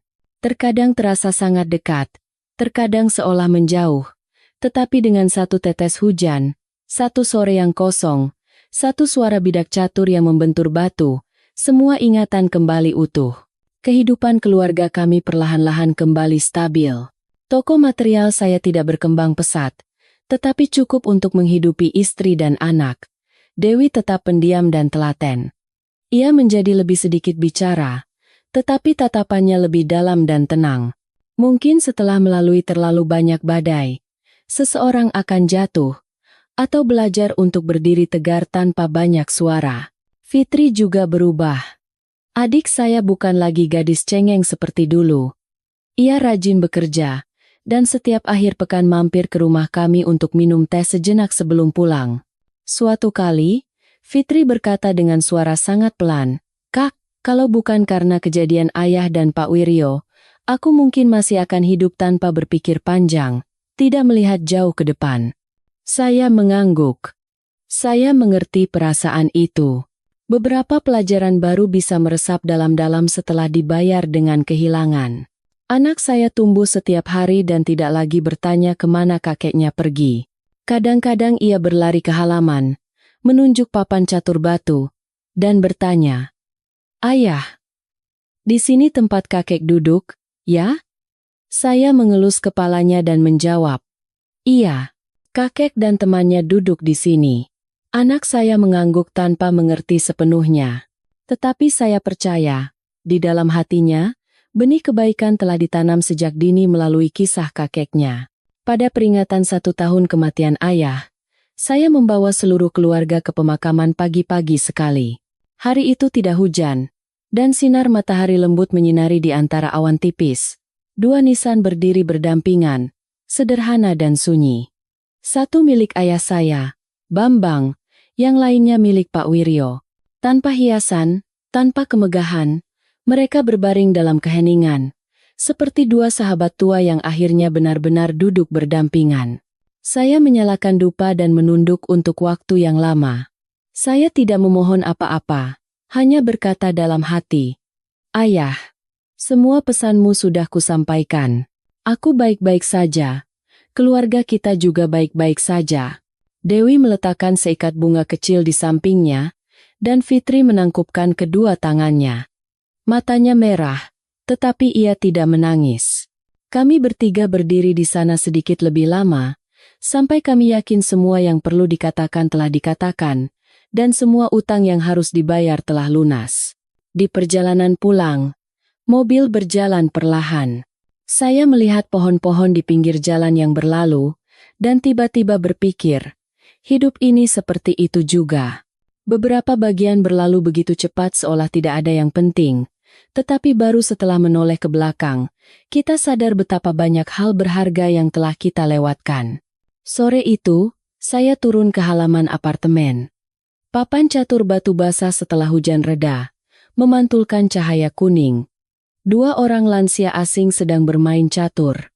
Satu tertawa, yang lainnya mengerutkan kening, berpikir dalam-dalam setiap langkah. Saya mengamati dari jauh, tidak ingin mengganggu. Saat itu, rasanya seperti melihat ayah dan Pak Wiryo kembali. Posisi duduk yang sama, ketenangan yang sama, seolah menang atau kalah tidak penting. Yang penting adalah orang yang duduk di hadapan. Saya tiba-tiba sadar, ingatan tidak akan hilang. Ia hanya berlanjut, dari satu orang ke orang lain, dari satu generasi ke generasi berikutnya, dalam keheningan tetapi dengan gigih. Malam itu, saya duduk sendirian di balkon. Angin terasa sejuk, dan kota di bawah masih riuh, tetapi hati saya sangat tenang. Saya mengingat kembali semuanya. Dari pagi yang menentukan saat menerima telepon panik Bu Sumi, saat membuka pintu dan melihat ayah yang masih hidup, lalu kebingungan, rasa bersalah, hari-hari memperbaiki kesalahan, hingga akhirnya benar-benar melepas kepergian ayah. Jika kesalahan hari itu tidak terjadi, ayah mungkin akan meninggal lebih cepat. Jika ayah tidak hidup kembali selama 3 hari dalam kebingungan itu, saya mungkin tidak akan pernah mengerti bobot satu kata, prinsip, yang ayah pegang seumur hidupnya. Dan jika tidak ada tetangga pendiam bernama Pak Wiryo, saya mungkin tidak akan pernah belajar pelajaran terdalam dalam hidup saya, bahwa menjadi manusia terkadang tidak memerlukan kesuksesan besar, melainkan hanya hidup dengan benar, dengan tuntas, dan memiliki keberanian untuk menundukkan kepala dan memperbaiki jalan ketika salah arah. Ada yang menyebut kisah keluarga kami sebagai sebuah tragedi. Ada juga yang menyebutnya keajaiban. Bagi saya, keduanya benar. Itu adalah tragedi karena begitu menyakitkan. Dan itu adalah keajaiban karena berkat itu. Kami bisa merenung, bisa membayar utang budi, dan bisa berhenti sejenak sebelum semuanya terlambat. Malam semakin larut. Saya bangkit dan menutup pintu balkon. Rumah dipenuhi cahaya kuning yang hangat. Dewi sedang menyiapkan makan malam, dan anak saya sedang mewarnai di meja makan. Sesekali mengangkat kepala dan tersenyum pada saya. Saya masuk dan duduk. Saya merasa dengan jelas bahwa saya masih hidup, dan saya harus hidup dengan cara yang tidak memalukan bagi mereka yang telah ditinggalkan. Di suatu tempat, di dunia yang sangat damai, saya percaya Ayah dan Pak Wiryo sedang duduk berhadapan di depan papan catur lain. Tanpa kemenangan, tanpa penyesalan, perlahan-lahan memainkan langkah terakhir mereka.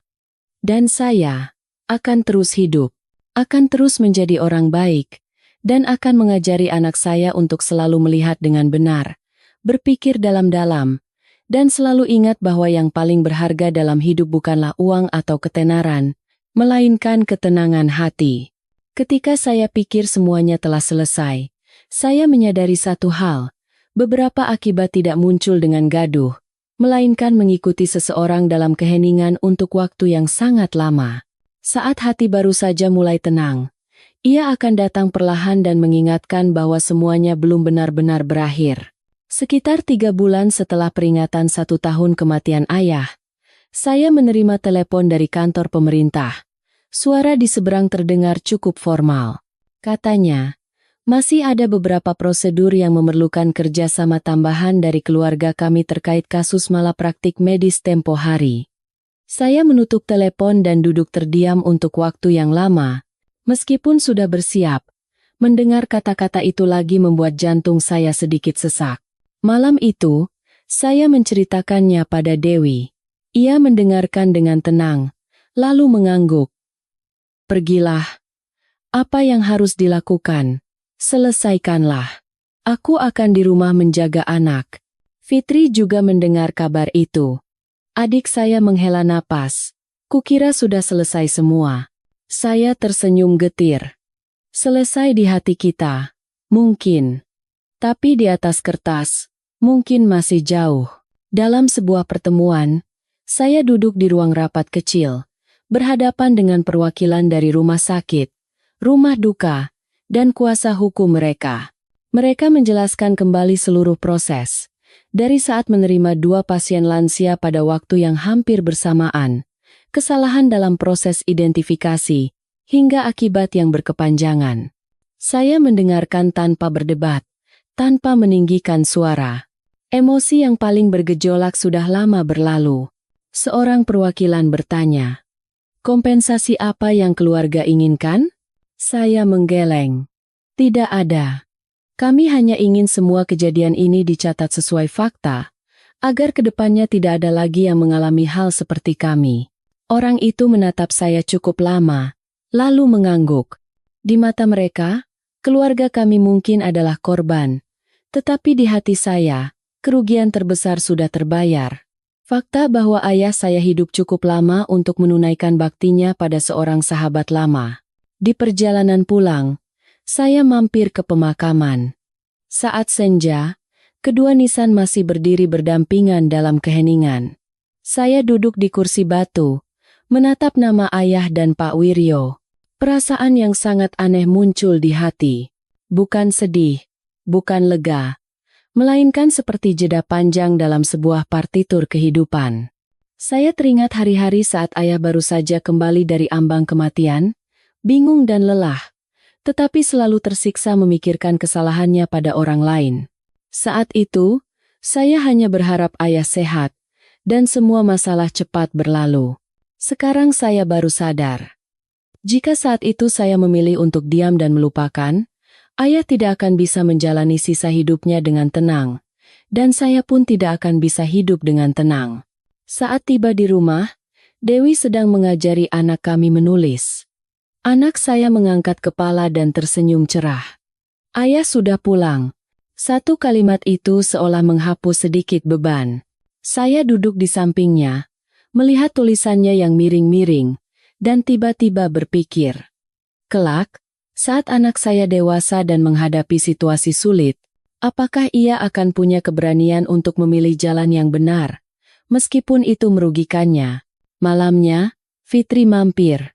Adik saya membawa buah dan minum teh bersama saya. Setelah beberapa saat, Fitri berkata, "Kak, aku terus memikirkannya.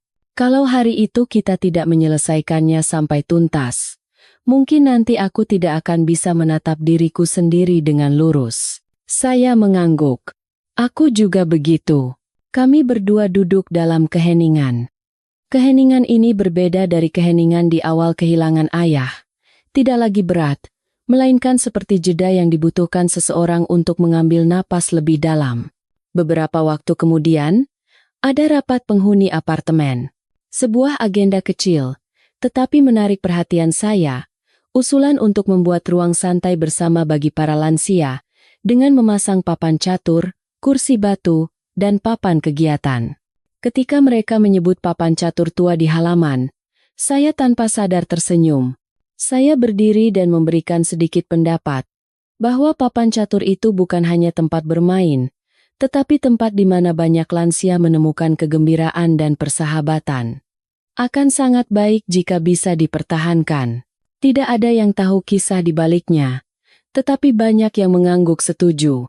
Pada hari papan catur itu dirapikan kembali, saya mengamatinya untuk waktu yang lama. Sinar matahari jatuh di atas batu yang aus dan pecah, tetapi sekarang sudah bersih. Saya tiba-tiba berpikir, hidup ini seperti itu juga. Bukan tentang tidak memiliki luka, tetapi tentang menerima dan memperbaikinya, lalu menjadi lebih kuat. Malam itu, saya bermimpi bertemu ayah. Beliau tidak berkata apa-apa, hanya berdiri di samping papan catur dan menatap saya lama. Di matanya tidak ada celaan, tidak ada pesan, hanya ketenangan. Saat terbangun, saya merasa hati saya sangat ringan. Saya tahu peran saya belum sepenuhnya berakhir. Bukan berakhir dengan berkas atau rapat, tetapi berlanjut dalam kehidupan sehari-hari.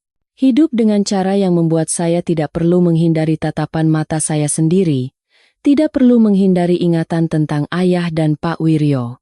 Beberapa cerita tidak perlu diceritakan kepada banyak orang. Cukup dimengerti oleh orang-orang di dalamnya, dan hidup sesuai dengan pemahaman itu. Saya menutup jendela dan melihat sekeliling rumah yang sunyi. Di dalam hati saya, semuanya perlahan-lahan menemukan tempatnya. Bukan karena waktu menghapus segalanya, tetapi karena saya belajar untuk meletakkan masa lalu dengan hormat dan terus berjalan maju tanpa memunggunginya.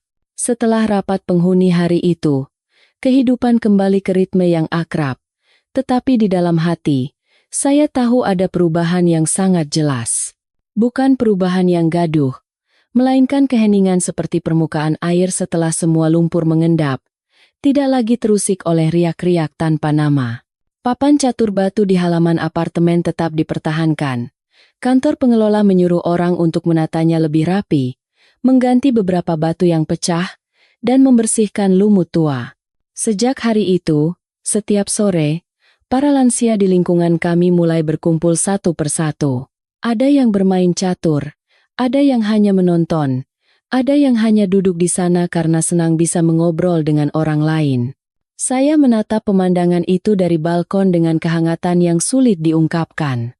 Suatu hari, saya duduk di samping seorang lansia yang sedang menunggu teman bermain catur.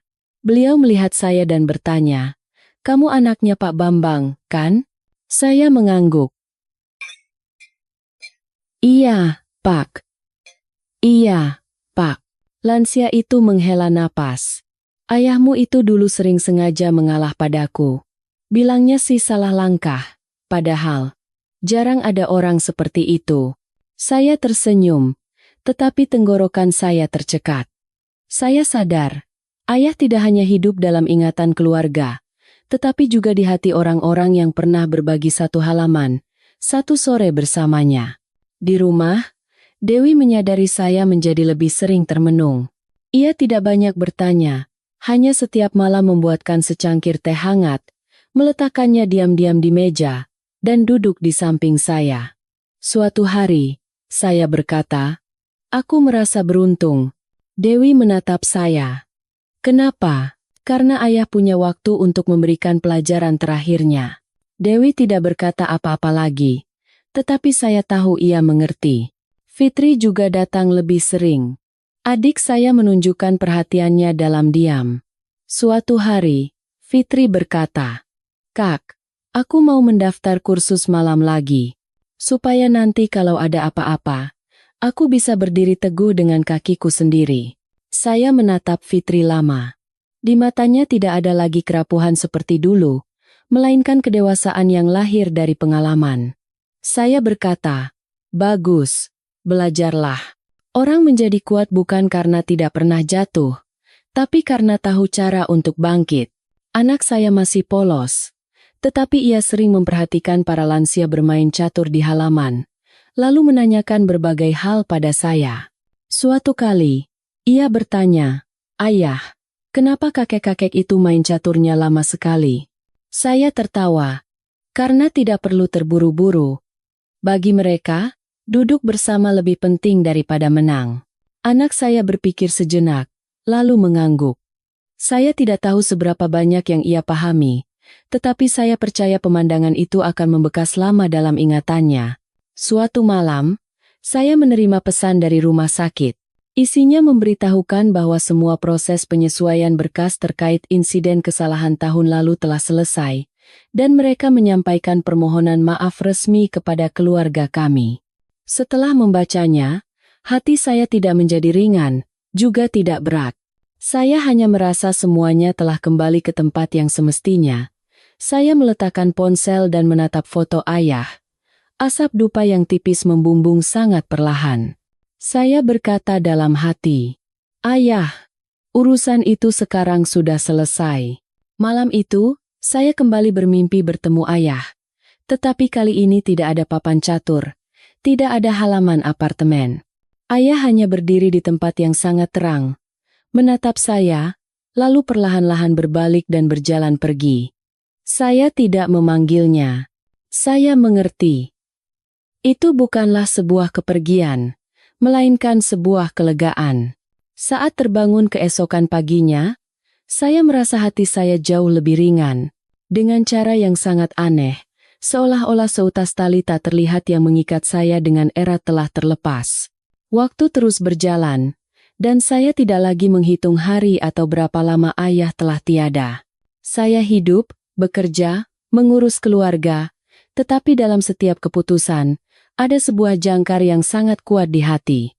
Apakah perbuatan ini akan membuat saya harus menundukkan kepala di hadapan ingatan tentang ayah? Jika ya, maka saya tidak akan melakukannya. Ada yang menyebut saya bodoh, ada yang bilang terlalu kaku. Saya hanya tersenyum. Beberapa hal, setelah sekali dipahami, tidak akan pernah bisa kembali ke cara hidup yang lama. Suatu sore di akhir pekan, saya membawa anak saya turun ke halaman. Papan catur batu lebih ramai dari biasanya. Terdengar tawa, perdebatan, dan suara sunyi bidak catur yang diletakkan. Anak saya mengamati lama, lalu menoleh dan berkata, "Ayah, nanti kalau ayah sudah tidak ada, apa aku akan mengingat ayah seperti ayah mengingat kakek?" Pertanyaan tiba-tiba itu membuat saya berhenti sejenak. Saya berjongkok dan memeluk anak saya. Ayah tidak tahu apa yang akan terjadi nanti. Tapi ayah berharap, saat kamu mengingat ayah, kamu akan mengingatnya sebagai orang yang hidup dengan benar. Anak saya mengangguk dan memeluk saya erat. Saat itu, saya merasa telah sepenuhnya memahami apa yang ingin ayah sampaikan kepada saya. Bukan melalui kata-kata, tetapi melalui seluruh proses hidup dan pilihan yang telah beliau jalani. Malam itu, saya duduk lama di balkon. Angin terasa sejuk, dan papan catur di bawah halaman terang benderang di bawah lampu. Saya sadar, kisah keluarga kami, jika dilihat dari jauh, mungkin hanyalah sebuah kecelakaan langka, sebuah rangkaian kesalahan yang memilukan. Tetapi jika dilihat dari dalam, Itu adalah sebuah perjalanan pencerahan. Pencerahan untuk mengetahui betapa rapuhnya nyawa manusia. Pencerahan untuk memahami bahwa hidup cepat, mudah, dan seadanya terkadang harus dibayar dengan rasa bersalah seumur hidup. Dan pencerahan untuk menghargai setiap hari di mana kita masih bisa makan bersama keluarga, masih bisa mendengar tawa para lansia di halaman, dan masih bisa memilih jalan yang benar daripada jalan yang mudah. Saya bangkit, menutup pintu balkon, dan masuk ke rumah. Dewi dan anak saya menunggu, dan cahaya kuning menerangi dinding yang sudah akrab. Saya berjalan perlahan, sangat perlahan, tetapi hati saya lebih mantap dari sebelumnya. Angin di akhir musim gugur itu bertiup sangat lembut. Tidak gaduh, tidak berisik, hanya cukup untuk membuat sejuk saat berdiri di balkon dan sedikit menenangkan hati. Saya masih, seperti kebiasaan lama, setiap pulang kerja menatap sejenak ke halaman apartemen. Sebuah cara untuk menyapa ingatan-ingatan yang telah mendarah daging. Papan catur batu di halaman kini sudah akrab bagi banyak orang. Bukan hanya para lansia, tetapi juga orang-orang parubaya, bahkan kadang-kadang anak-anak muda yang menonton. Aneh, sekaligus menyenangkan. Sepertinya sebuah ruang kecil, jika cukup tenang dan benar, akan dengan sendirinya membuat orang betah. Suatu malam, saat saya turun ke halaman agak terlambat, hari sudah mulai gelap. Seorang lansia duduk sendirian di depan papan catur, memegang bidak di tangannya, seolah enggan meletakkannya. Saat saya hendak berbalik, beliau memanggil, "Budi, sini, main satu ronde." Saya berhenti sejenak. "Bapak, tahu nama saya dari mana?" Beliau tersenyum lembut. "Saya dulu sering nonton ayahmu main catur. Beliau sering cerita tentang kamu." Saya duduk di seberangnya. Kami tidak banyak bicara, hanya bermain, satu langkah, sangat perlahan. Saya kalah, tetapi tidak sedih. Saya tiba-tiba mengerti mengapa ayah dan Pak Wiryo bisa duduk berhadapan berjam-jam tanpa bosan, bukan karena caturnya, tetapi karena ada orang yang duduk di hadapan. Setelah permainan selesai, lansia itu bangkit dan menepuk bahu saya. "Ayahmu itu hidupnya hebat. Kamu jaga baik-baik warisannya." Satu kalimat sederhana, tetapi saya merenungkannya sampai tiba di rumah. Di rumah, Dewi sedang mengajari anak kami. Anak saya menunduk di atas buku catatannya, mengerutkan kening karena berpikir. Saya melihat pemandangan itu, dan hati saya terasa tenang. Pemandangan sehari-hari yang sangat biasa. Tetapi justru hal-hal seperti inilah yang menopang seseorang dengan kokoh di tengah dunia yang serba bengkok. Anak saya mengangkat kepala dan bertanya, "Ayah, tadi main catur?" Saya mengangguk. "Iya." "Kalah." Anak saya membelalakan mata. "Kalah kok senyum?" Saya mengelus kepalanya. Beberapa kekalahan tidak membuat orang sedih. Dewi menatap saya. Tatapannya sangat lembut. Saya tahu, ia juga telah berjalan bersama dalam perjalanan panjang ini. Dalam dia menanggung, berubah dan menjaga rumah tangga yang tenang bersama saya. Fitri mampir di akhir pekan. Adik saya membawa roti dan duduk di meja. Kami tidak banyak bicara. Fitri berencana pindah kerja. Katanya ingin lebih menantang diri sendiri. Saya mendukungnya. Saya tahu, di dalam hati Fitri, kisah ayah dan Pak Wiryo telah menjadi jangkar yang membuatnya tidak takut untuk keluar dari zona nyaman. Sebelum pulang, Fitri berdiri lama di depan foto ayah, menyalakan dupa. Lalu ia menoleh dan berkata pelan, "Kak, aku merasa ayah sudah pergi, tapi beliau meninggalkan jauh lebih banyak dari yang kita kira." Saya mengangguk. Iya. Beliau meninggalkan cara untuk hidup. Hari-hari setelahnya berlalu dengan sangat biasa. Tidak ada lagi insiden, tidak ada lagi berkas, tidak ada lagi telepon yang membuat jantung berdebar. Tetapi justru kebiasaan itulah yang terasa begitu berharga bagi saya. Saya tidak lagi hanya berharap hidup ini tenang. Saya hanya berharap, saat badai datang, saya bisa cukup sadar untuk tidak membuat kesalahan lagi. Pagi ini, saya bangun sangat pagi dan turun ke halaman apartemen yang masih sepi. Papan catur batu tergeletak dalam keheningan, dengan embun tipis di atasnya. Saya duduk di kursi, meletakkan dua bidak catur, hitam dan putih, di depan saya. Tidak memainkannya, hanya menatapnya. Saat itu, saya melihat dengan jelas seluruh perjalanan yang telah saya lalui. Dari seorang pria yang hanya mengkhawatirkan mata pencaharian dan mudah mengambil jalan pintas, saya harus belajar untuk berhenti, melihat dengan teliti, dan bertanggung jawab sampai akhir. Dari seorang anak yang hanya berharap ayahnya sehat, saya belajar bahwa ada harapan yang jauh lebih dalam dari sekadar kesehatan, ketenangan hati orang yang akan pergi. Ayah saya mendapatkannya. Pak Wiryo juga pasti begitu. Dan saya yang ditinggalkan, hidup dengan membawa kehidupan kedua orang itu sebagai tanda ingatan yang tidak akan pernah saya lupakan. Malam itu, keluarga kami makan malam lebih awal. Meja makan yang sederhana. Dewi menyisihkan duri ikan untuk saya, dan anak saya berceloteh sambil tertawa. Saya melihat sekeliling meja dan tiba-tiba sadar, kebahagiaan tidak terletak pada hal-hal besar, melainkan pada fakta bahwa di saat ini, kami bersama sepenuhnya. Tidak terseret oleh rasa bersalah, tidak terdorong oleh penyesalan. Menjelang malam, sebagai penutup hari, saya pergi ke balkon. Di bawah, papan catur batu di halaman ramai oleh orang, terdengar tawa dan perdebatan kecil. Saya tidak berdiri lama. Saya masuk, menutup pintu, dan membiarkan halaman yang penuh kehidupan itu tetap di sana. Di dalam hati saya, cerita ini benar-benar telah berakhir. Bukan karena terlupakan, tetapi karena telah diletakkan pada tempatnya. Di tempat itu, ada rasa sakit, kesalahan, penebusan, dan pengampunan. Memaafkan orang lain, dan yang lebih penting, memaafkan diri sendiri. Jika ada yang bertanya pada saya, apa yang tersisa setelah semua ini berakhir, saya akan menjawab dengan sangat perlahan. Kemampuan untuk hidup satu ketukan lebih lambat, kehati-hatian di hadapan setiap keputusan, dan sebuah janji dalam diam untuk hidup dengan cara yang tidak memalukan bagi mereka yang telah pergi.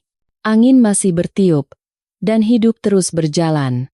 Saya juga, tetapi mulai sekarang, setiap langkah yang saya ambil akan disertai oleh bayang-bayang ayah, Pak Wiryo, dan satu permainan catur yang tidak akan pernah usai.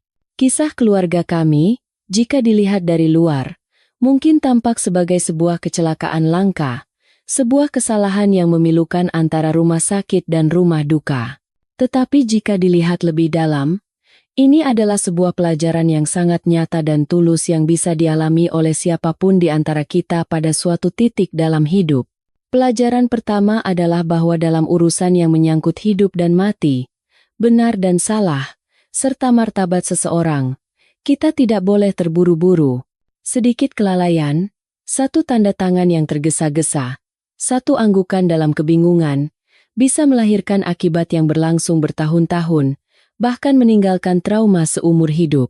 Ada hal-hal dalam hidup yang bisa diperbaiki dengan uang, ada yang bisa diulang dengan waktu, tetapi ada beberapa hal yang sekali salah, harus ditebus dengan sisa hidup.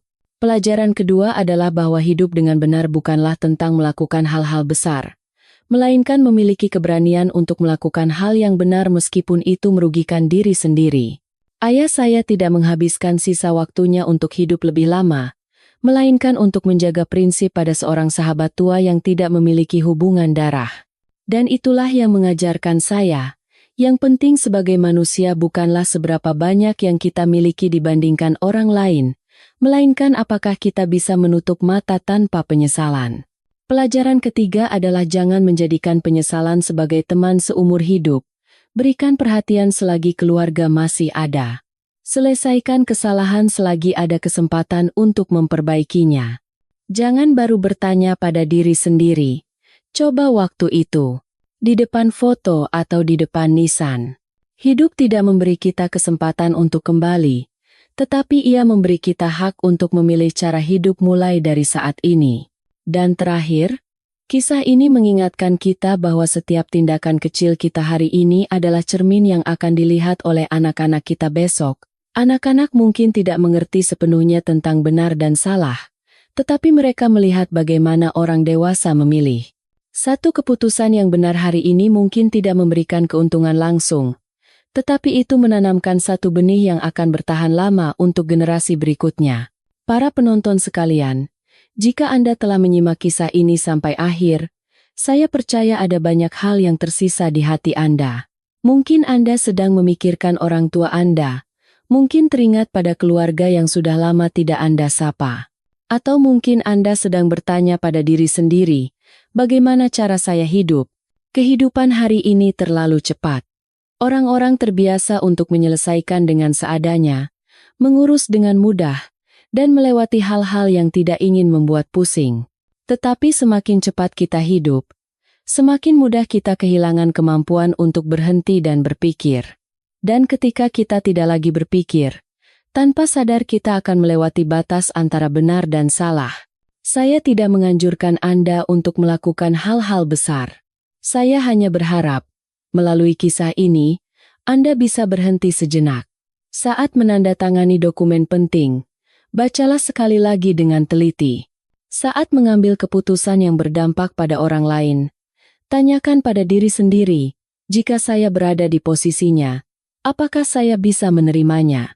Saat marah, diamlah beberapa detik lebih lama. Beberapa detik itu bisa menyelamatkan sebuah hubungan, bahkan sebuah keluarga. Jika orang tua Anda masih hidup, tunjukkan perhatian selagi bisa. Bukan hadiah mahal, cukup satu panggilan telepon, satu kali makan bersama, satu sapaan yang tulus. Jangan baru sadar telah berutang saat menyalakan dupa. Jika Anda pernah berbuat salah, jangan menghindarinya. Memperbaiki kesalahan tidak akan membuat Anda menjadi kecil, justru akan membuat Anda berdiri lebih tegar. Ada harga yang harus dibayar saat memperbaiki kesalahan, tetapi harga saat tidak memperbaikinya jauh lebih besar. Jika Anda seorang orang tua, ingatlah bahwa anak Anda tidak mendengarkan ajaran Anda, tetapi melihat kehidupan Anda. Satu tindakan yang benar hari ini bisa menjadi pedoman yang akan menuntun hidup anak Anda seumur hidup. Dan jika kisah ini menyentuh hati Anda, bagikanlah. Bukan agar cerita ini menyebar lebih jauh, tetapi dengan harapan agar pelajaran ini lebih sering diingat. Siapa tahu, jika satu pembaca, satu pendengar, bisa berhenti sejenak sebelum mengambil keputusan yang salah, maka kisah ini akan memiliki makna yang jauh lebih besar.